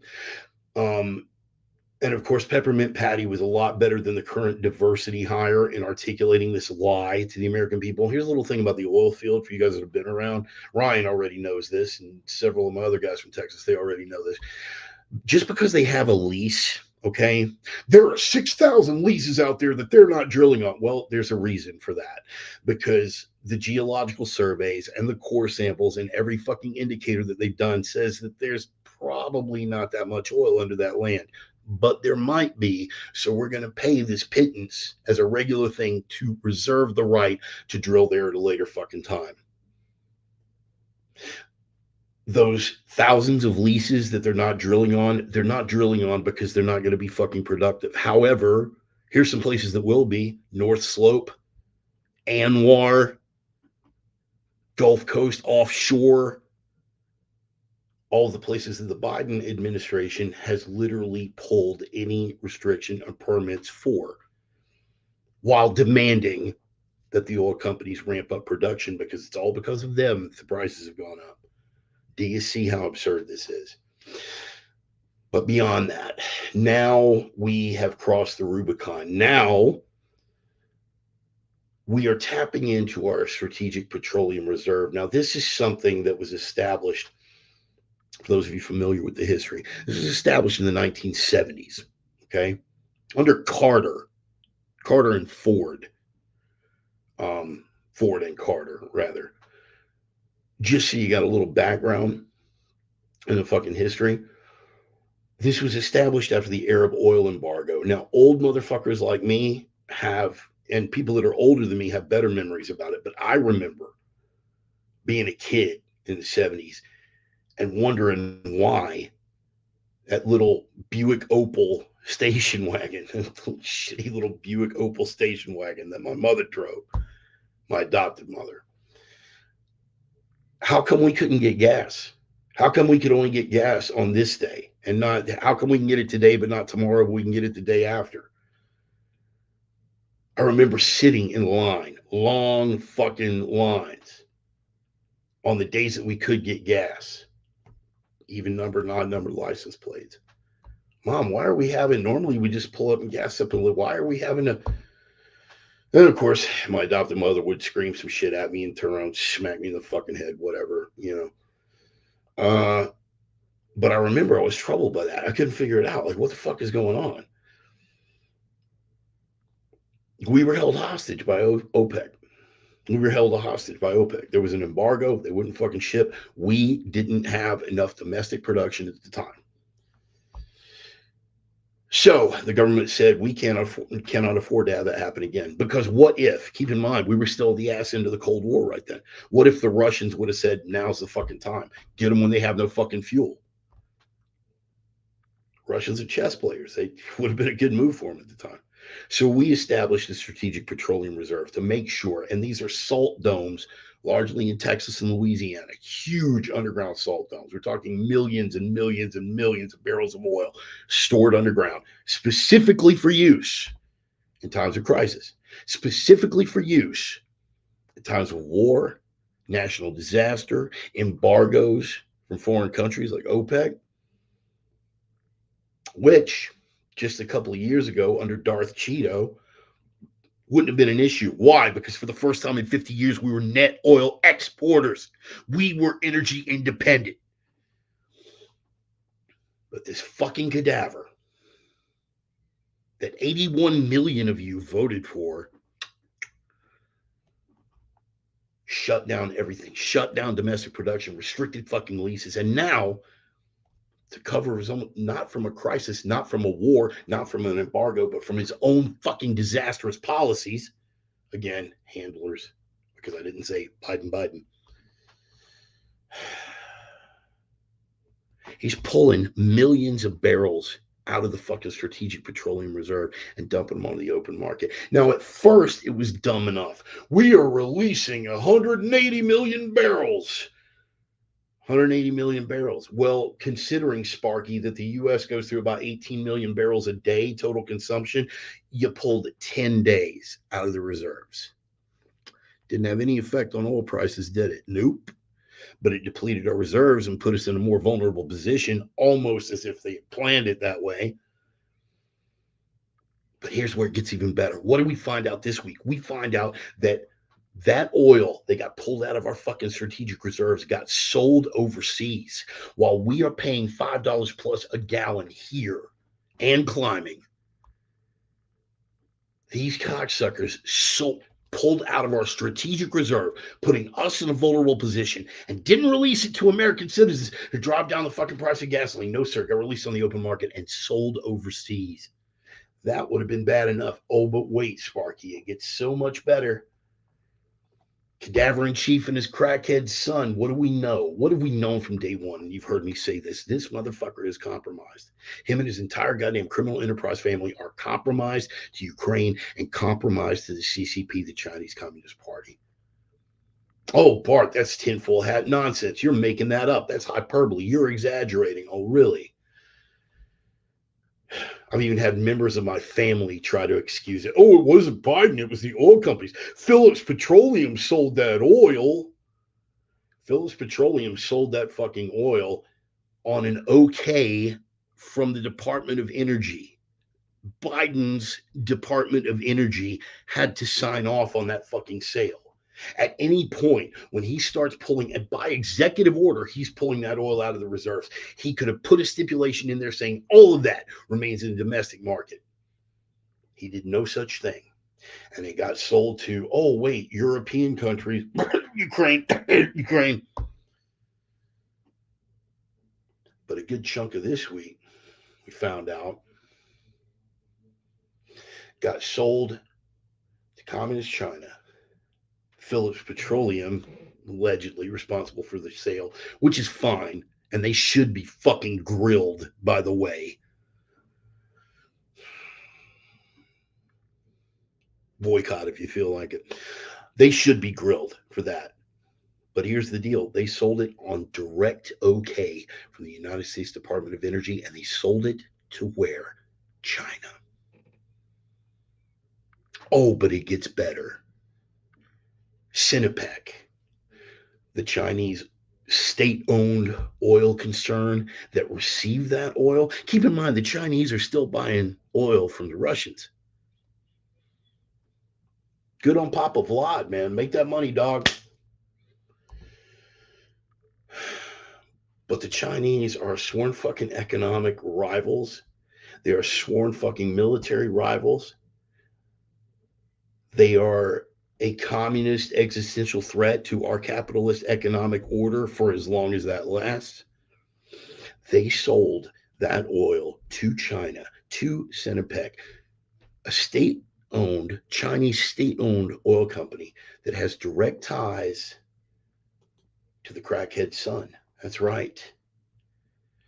See, a lot of you guys have the historical memory of a goldfish, but while the cadaver in chief was still vice president, he flew with Hunter on Air Force Two, a presidential aircraft, to discuss private transactions with Chinese financial concerns. And one of those business deals ties Hunter directly to Sinopec.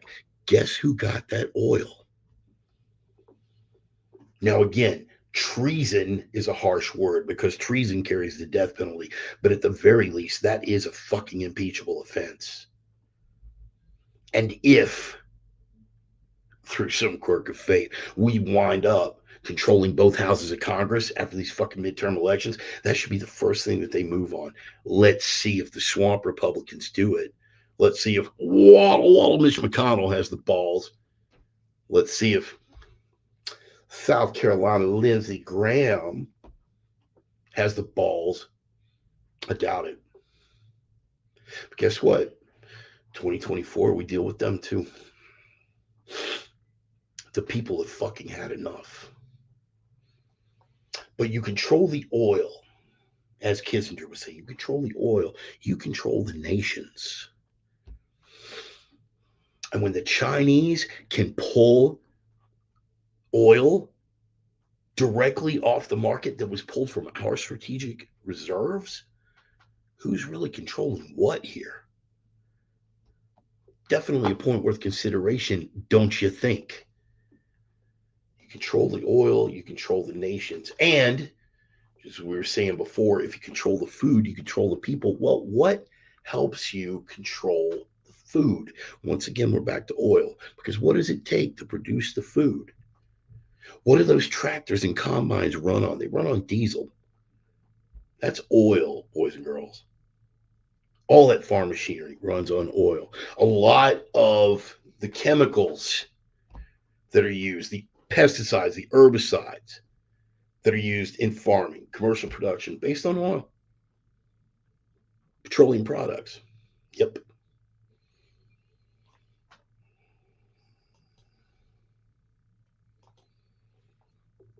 True story. So again, control the oil, control the food, you control the people, you control the oil. You do, by extension, control that fucking food, don't you? Because even once you grow it, how is it harvested? More farm machinery. How is it delivered to market? Ooh, trains and trucks. So if you drive, by design, drive the price of that fuel to a certain level, guess what? You are controlling the food, you are controlling, and now it's become even more fucking naked. Because in California, as we discussed in the header, knowing full well, knowing full well that we are already in crisis, knowing full well that our supplies of death, you guys familiar with diesel exhaust fluid? Most of you probably not. I don't know if G Dub's here, but he could tell you about it. All modern diesels, particularly in California, because it's fucking required, have to use diesel exhaust fluid to control emissions. It's essentially pig piss, okay? Call it what it is. Who run Bodytown? Pig piss in your fucking diesel fuel to control emissions. Long and the short of it, I mean, I'm exaggerating, but just a little bit. We are about, oh, here we go. Hey, G Dub, I'm glad you made it. Oh, and all your condoms. Yep. Lube use for the fucking windows, foam for all your seats. Oh, and your condoms. Came in just at the right time, G Dub. Glad you're here. But tell me, am I exaggerating here? Right? I mean, death is essentially pig piss. And our supplies are about 7 weeks from fucking running out.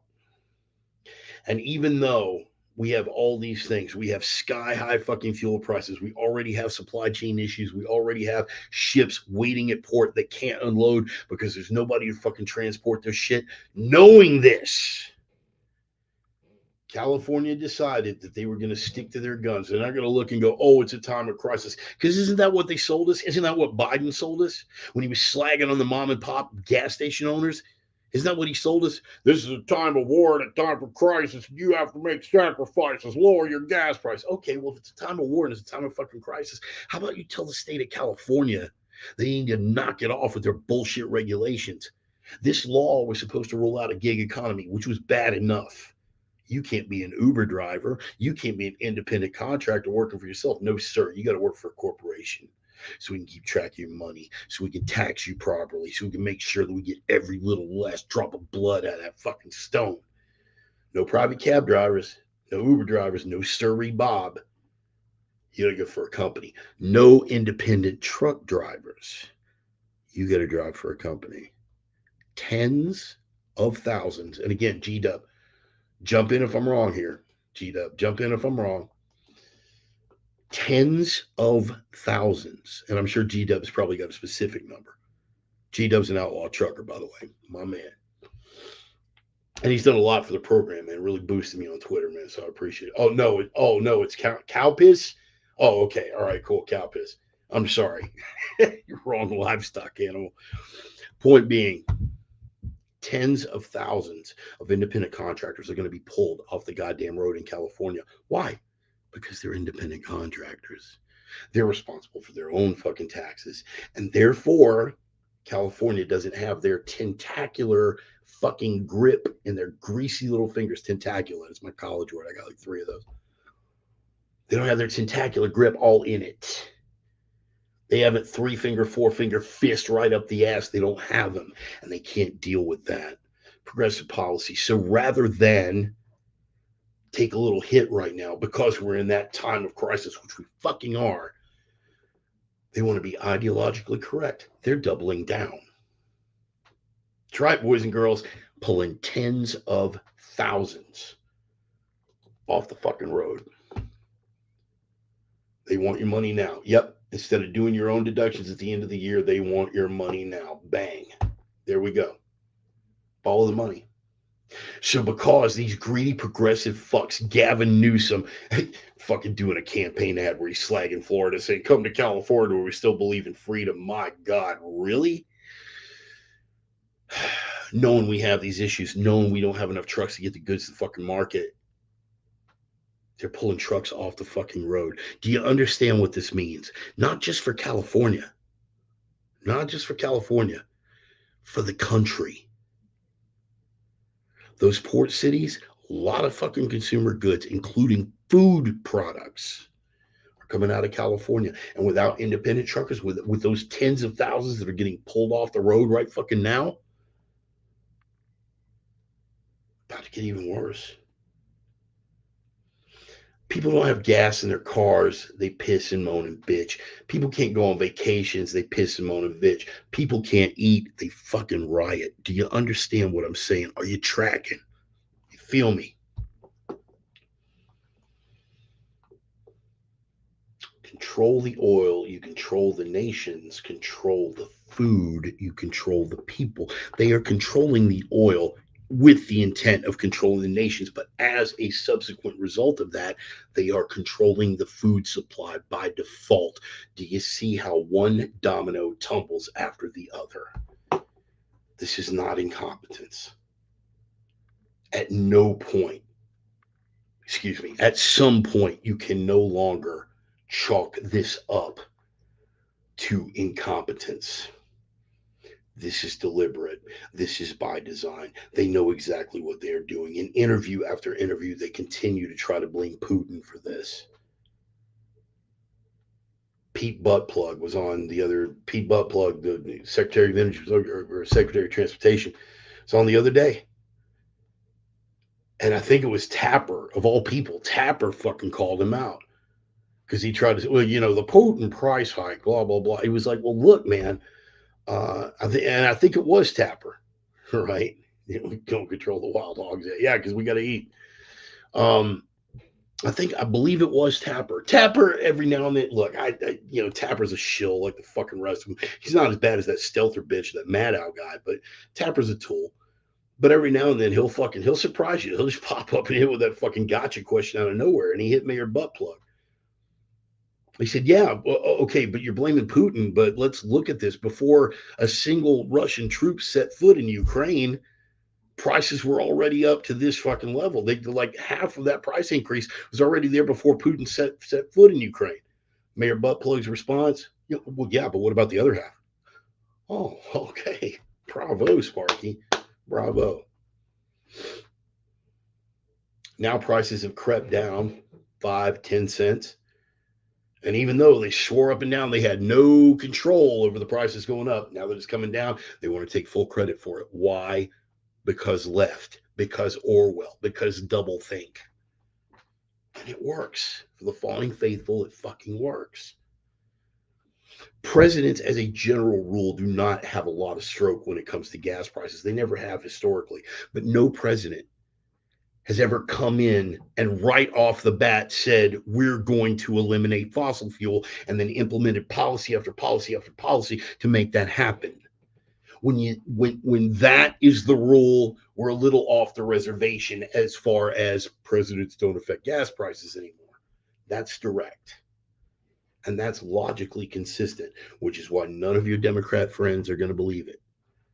Which is why my birth mother, God love her, is still fucking trying to blame this shit on the oil companies.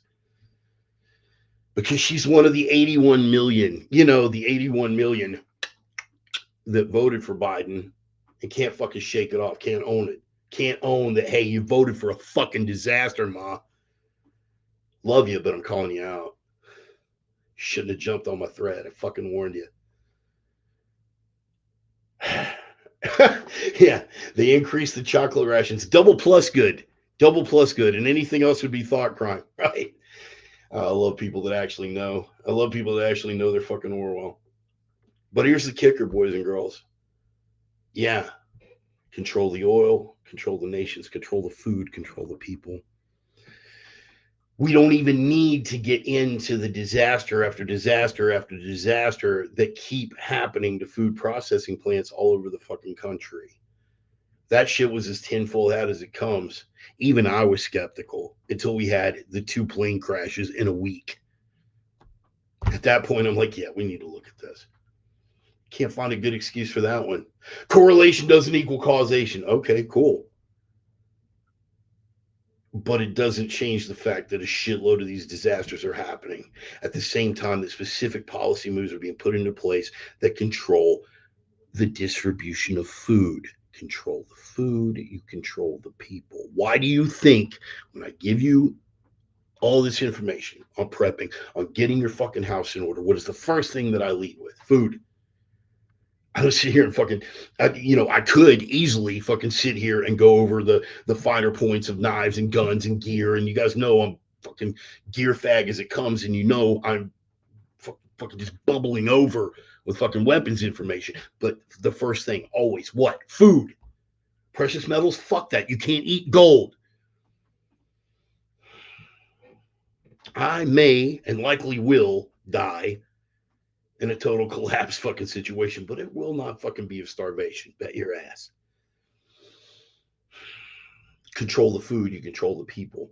When I do private consultations with people with regard to prepping, okay, which by the way, if you are interested, you can't afford Rawls, you can't afford Jim Rawls, but you can afford me. I will do for a price. Anything you're good at, you never do for free. But if you are legitimately interested and you've legitimately got the budget, hit me up with a private message and I would be more than happy to do a prepper consultation with you. Even at this late hour, it's not too fucking late. I can at least get you and your family a little bit better squared away.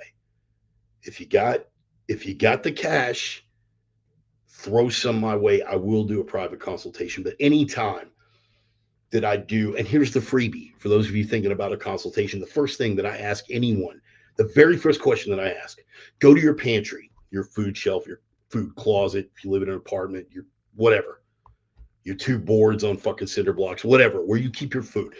Go right now and look at what you have right now. And imagine that tomorrow morning, every truck in the country stops running and does not start again. How long could you last? Most people, 2 or 3 days tops. If you're rare, you might get a couple of weeks worth. Maybe somebody just bought it. Particularly the Asians, because the Asians always buy like the rice. The Asians always buy like the 25, 50-pound bags of rice, so they can last a little bit longer. But the average grazer American, 2 or 3 days tops. And now those trucks not running again is a very realistic possibility. Control the food, control the people. Well, that's just here in the United States. What about overseas? Have you taken a look? Just Google European farmers protest. That's it. And even their algorithm can't filter out the fucking results. The Dutch in the Netherlands, they were the first ones to stand up. Why? Because the new Green Deal crowd, that's what they call it here, the Great Reset crowd, that you'll own nothing and you'll be happy. The modern day fucking communists, by any other name, a stroke of a pen in fucking Europe. Why do you think the Brits wanted out in Brexit? Why? Because they saw which way the EU was headed. And right now, the EU, the stroke of a pen, is saying out of environmental concerns, we are confiscating farmland. I'm not making this up. The governments that control everything from Brussels in the EU, European Union, stroke of a pen, saying because of green concerns, because of environmental concerns, we are seizing farmland. Oh, wow. God, where have we seen this before? Right after the Bolshevik Revolution, for those of you who are students of history, modern day communists doing the same fucking thing. They're repeating the same goddamn playbook. Oh, what? You thought that was your farmland? Well, no. See, because the greater good demands that we cut your carbon footprint. That means these tractors and all this other shit, that's just not going to fly anymore. So we're confiscating your farmland. You'll be paid what we decide is fair compensation. Wow. Look, they always throw up the flags elsewhere. The way that they dealt with the trucker strikes in fucking Canada.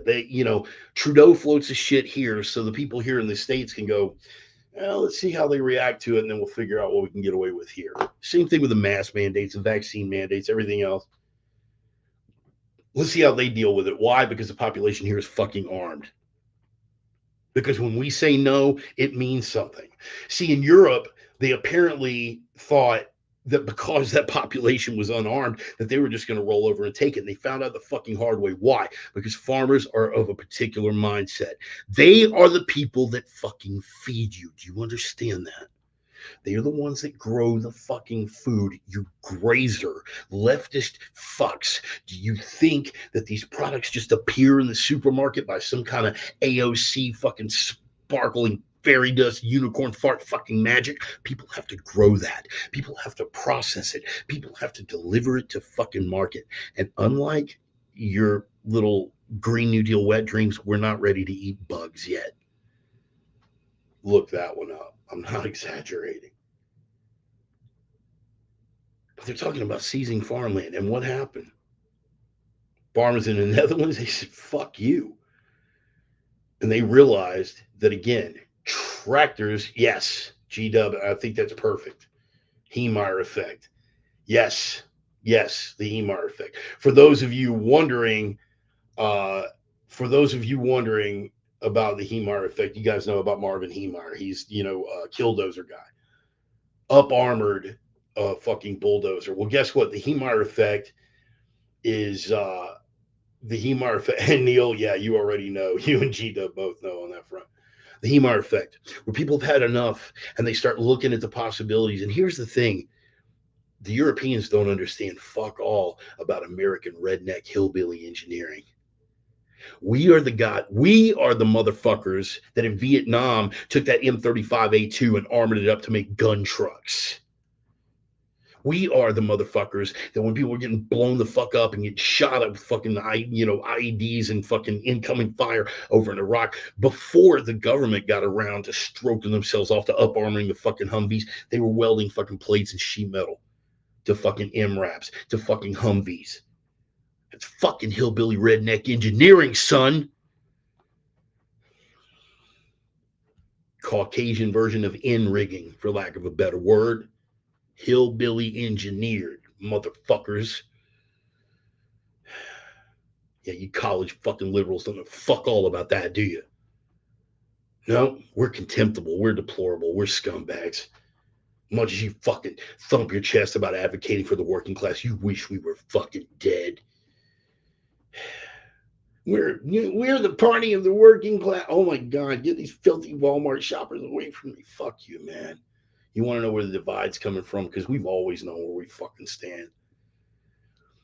And you motherfuckers, you college educated libs, you're gonna fucking eat yourselves. I'm not gonna go down that road. Sorry. Just a little yep, sorry about that. Just a little trip down. Yep, there you go. Little trip down Tangent Street. Sorry.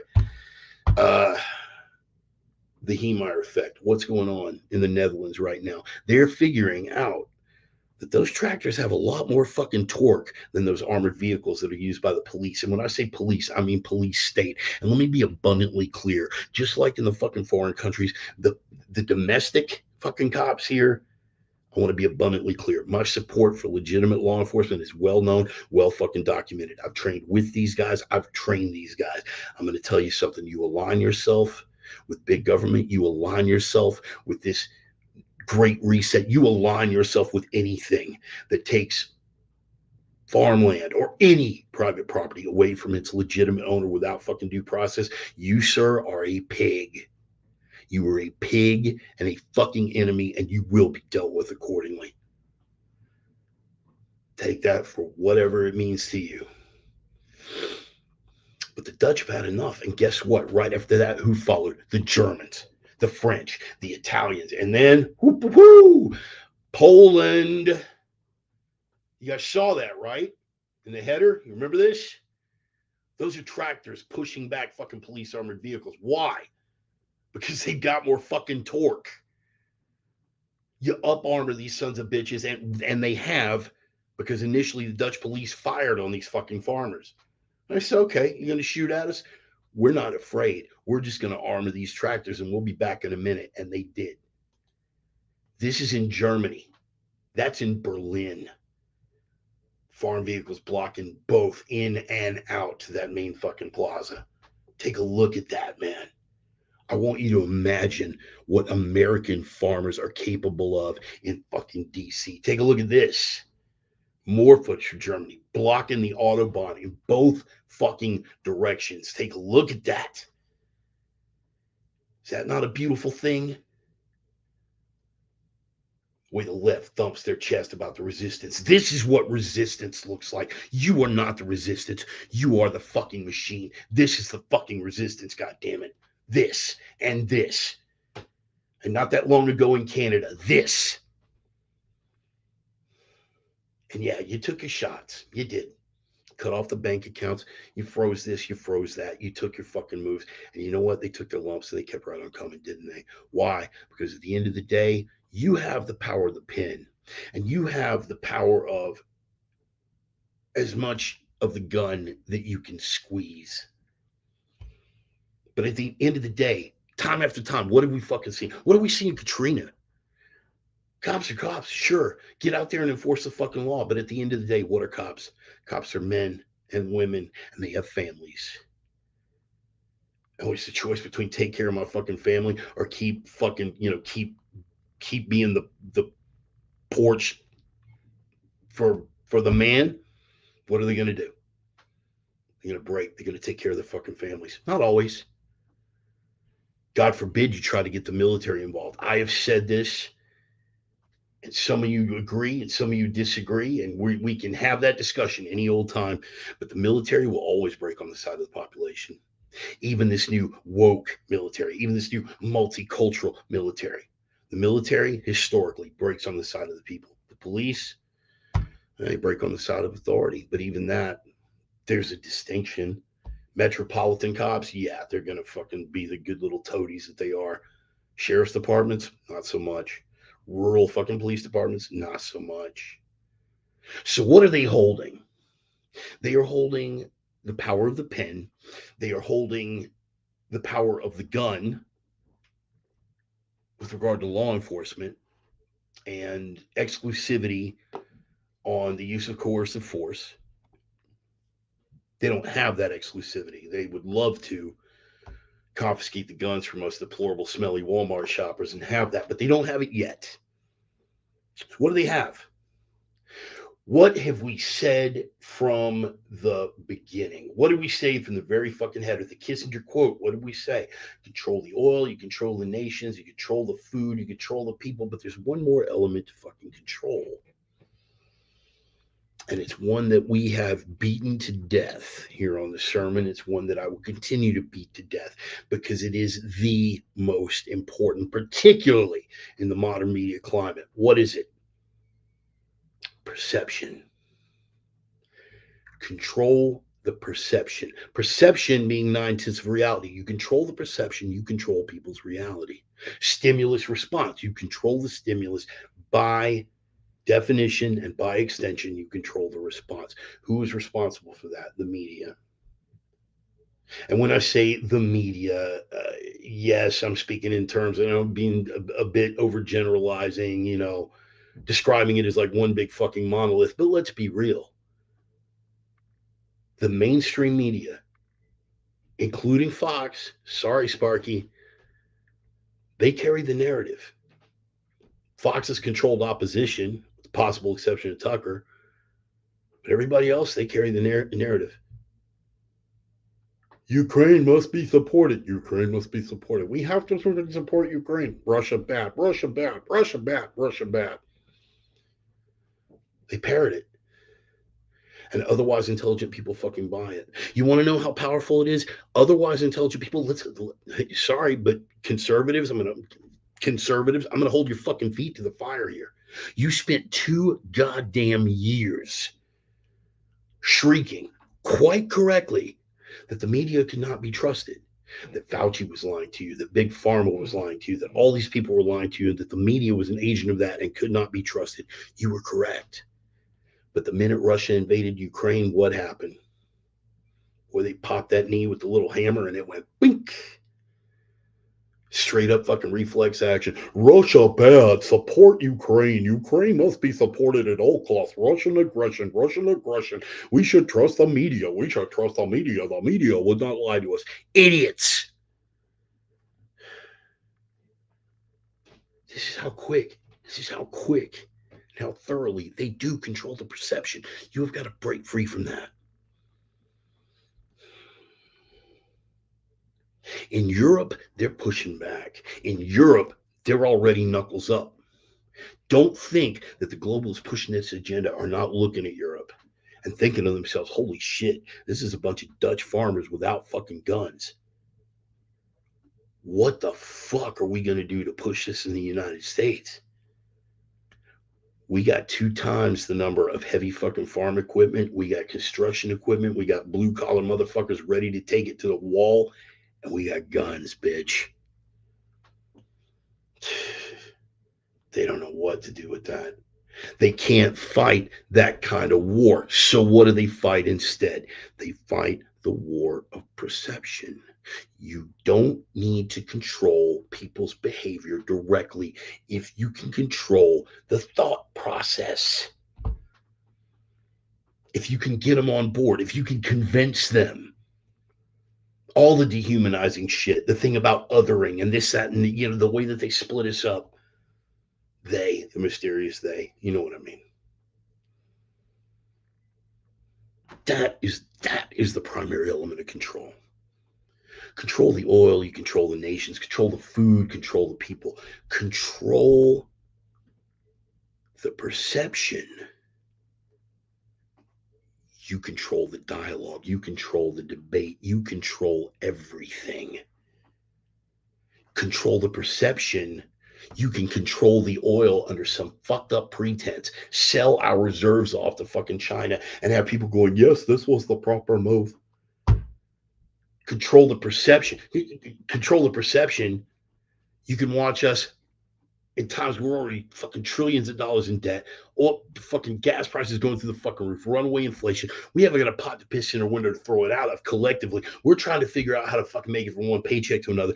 But we can find 60 billion dollars to send to Zelensky in Ukraine. Strange.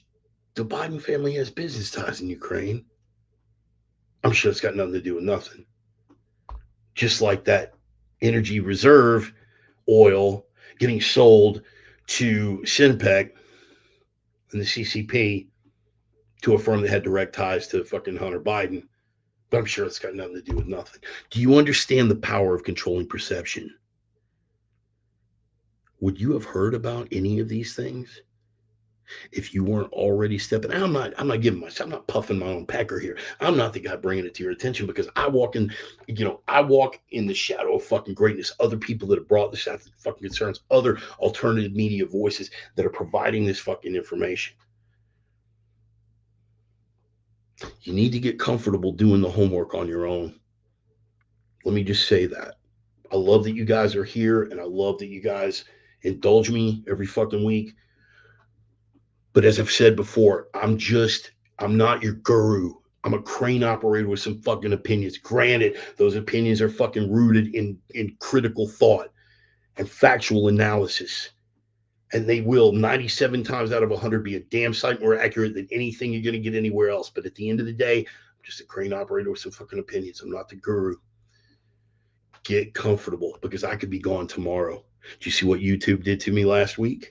They accused me of misinformation, could not specify exactly where I'd misinformed or said anything about anything with regard to the official election results. Couldn't say anything. Go back and have a look at the video yourself. Oh, wait, you can't because YouTube pulled it. You got to go to Facebook or Twitter to see that video. I might not be here tomorrow. I'm going in for hip surgery in August. You guys familiar with a fellow by the name of Jim Keith? Look him up. I'm going to be under general anesthesia. I'd like to maintain that I'm not that important, and I'm probably not. In fact, I'm sure that I'm not. Stranger things have happened.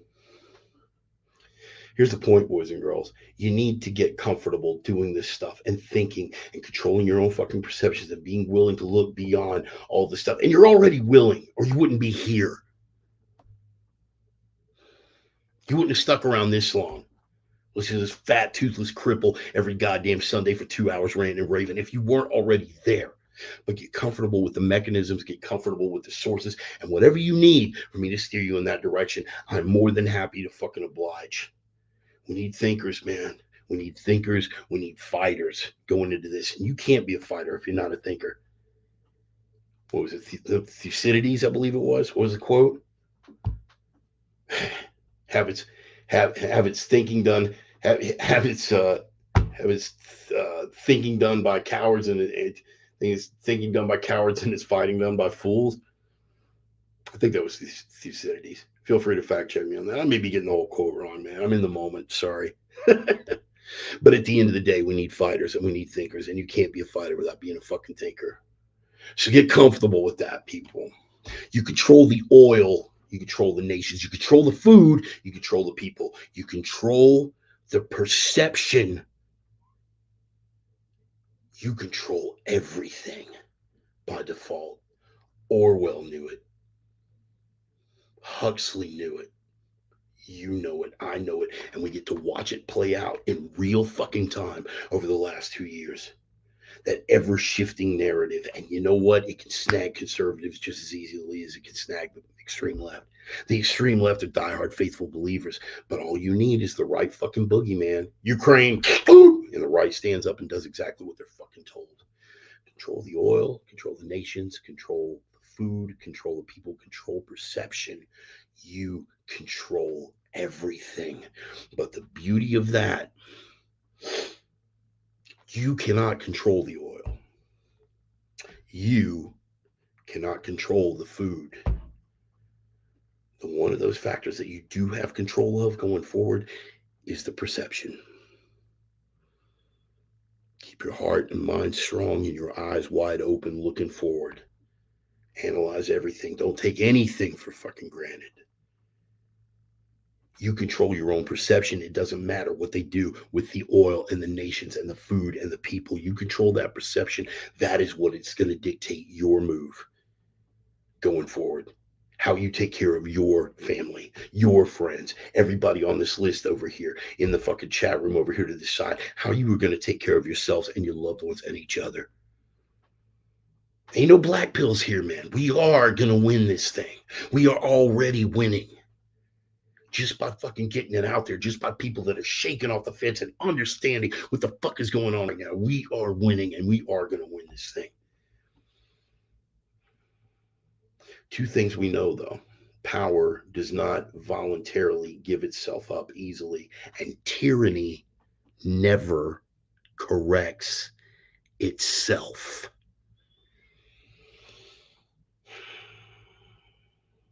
You can't control the oil, you can't control the food. But going forward, you better learn how to control that perception and how to deliver the message and make it accessible to other people. Because it's the mind that's going to win this thing. The hearts and minds thing, sound familiar? Win their hearts and minds. It's that that's going to win this thing. Communism didn't topple just because of economic collapse. Communism didn't topple just because people had had enough of the fucking atrocities and the misery and everything else. Communism toppled one conversation at a time. Between a couple of people that had previously been too scared to talk about it because Big Brother might be watching. That's the kind of fear they want. And that's part of your perception too. You control that. You get that shit under control. Nut up. Let your balls drop. Find your fucking spine and speak. Speak. How do we change this thing? One conversation at a time. One conversation at a time. Have those conversations. Keep talking. That's how we win this thing. I appreciate you guys being here for this conversation. I am the Reverend. That is the gospel. Thank you for being here for yet another Sunday, for making this old toothless fat fucking cripple feel like he's less of a fucking madman, lone voice in the wilderness and whatnot. I love you guys, man. Thank you for being here. Again, it's largely a labor of love here. Kelly Man tonight, very apropos to the conversation. Excellent point, right? Love it. Yeah, man. I mean, it's largely a labor of love, man. But if anything that I said here adjusted your worldview, gave you some information you might not have been aware of, man, you guys want to throw me some coin? That'd be great. I'm on Cash App, I'm on Venmo, I'm on Facebook Pay, I'm on PayPal, I'm on all the usual suspects, man. If you guys want to throw me anything, thank you very much. It will be greatly appreciated. Also, get it if you can't, because we are living through a Biden economy and Biden inflation. I get that. Totally cool. I get it. But here's what you can do for me if you can't throw me any coin. That would still be greatly appreciated. Going out with Fortunate Son by Clutch, as always. Another contribution of Brother Ryan to the program. If you can, spread the word, man. All of my OG Reverends Rangers, my Sinner Sisters, my Prophets of Doom out there. I fucking love you guys, man. Spread the word in your own social media. Maybe repost the sermon. Tell some people about it. Say, hey, man, there's a fat, toothless cripple that rants and raves for 2 hours every Sunday. But he's a like-minded and kindred spirit. We think you dig what he has going on. That would be something. But above and beyond anything else, and you guys already know where I'm going with this, man. You can recite the directives by memory now, but I can't make the point clear enough. That's why they're the directives. That's why you got to drive the point home. How are they going to try to crush us? You know, I talk about how we win. How do they make sure? How do they try to make sure we lose? They keep us crushed. They keep us dehumanized. How? Because they give us the noise instead of the signal. Directive number one, you got to be that signal that breaks through the noise. They try to crush us with the darkness, man, dehumanizing, demoralizing, taking the spirit and the nuts right out of us, man. They try to crush us with the darkness. You gotta be that light, man. You gotta be that light that breaks through the darkness. But above and beyond anything else, and this is the iron rule, the prime directive, you have got to be that strength, that freaking strength in a world full of weakness. That's not just about the fucking guns, baby. It's about strong heart, strong mind, being sharp, moving forward. This is a fight on all fronts, baby, and we are fucking winning. Knuckle up, bitches. Keep your heart hard, fucking mind right, and these ready to fucking rock and roll. We're winning, man. We're gonna win this thing. I believe it. Love you guys. Appreciate you being here. Yet another Sunday. I'm the Reverend. That is the gospel. Peace. Fucking love y'all, man. Thanks. See you next Sunday, man. Peace.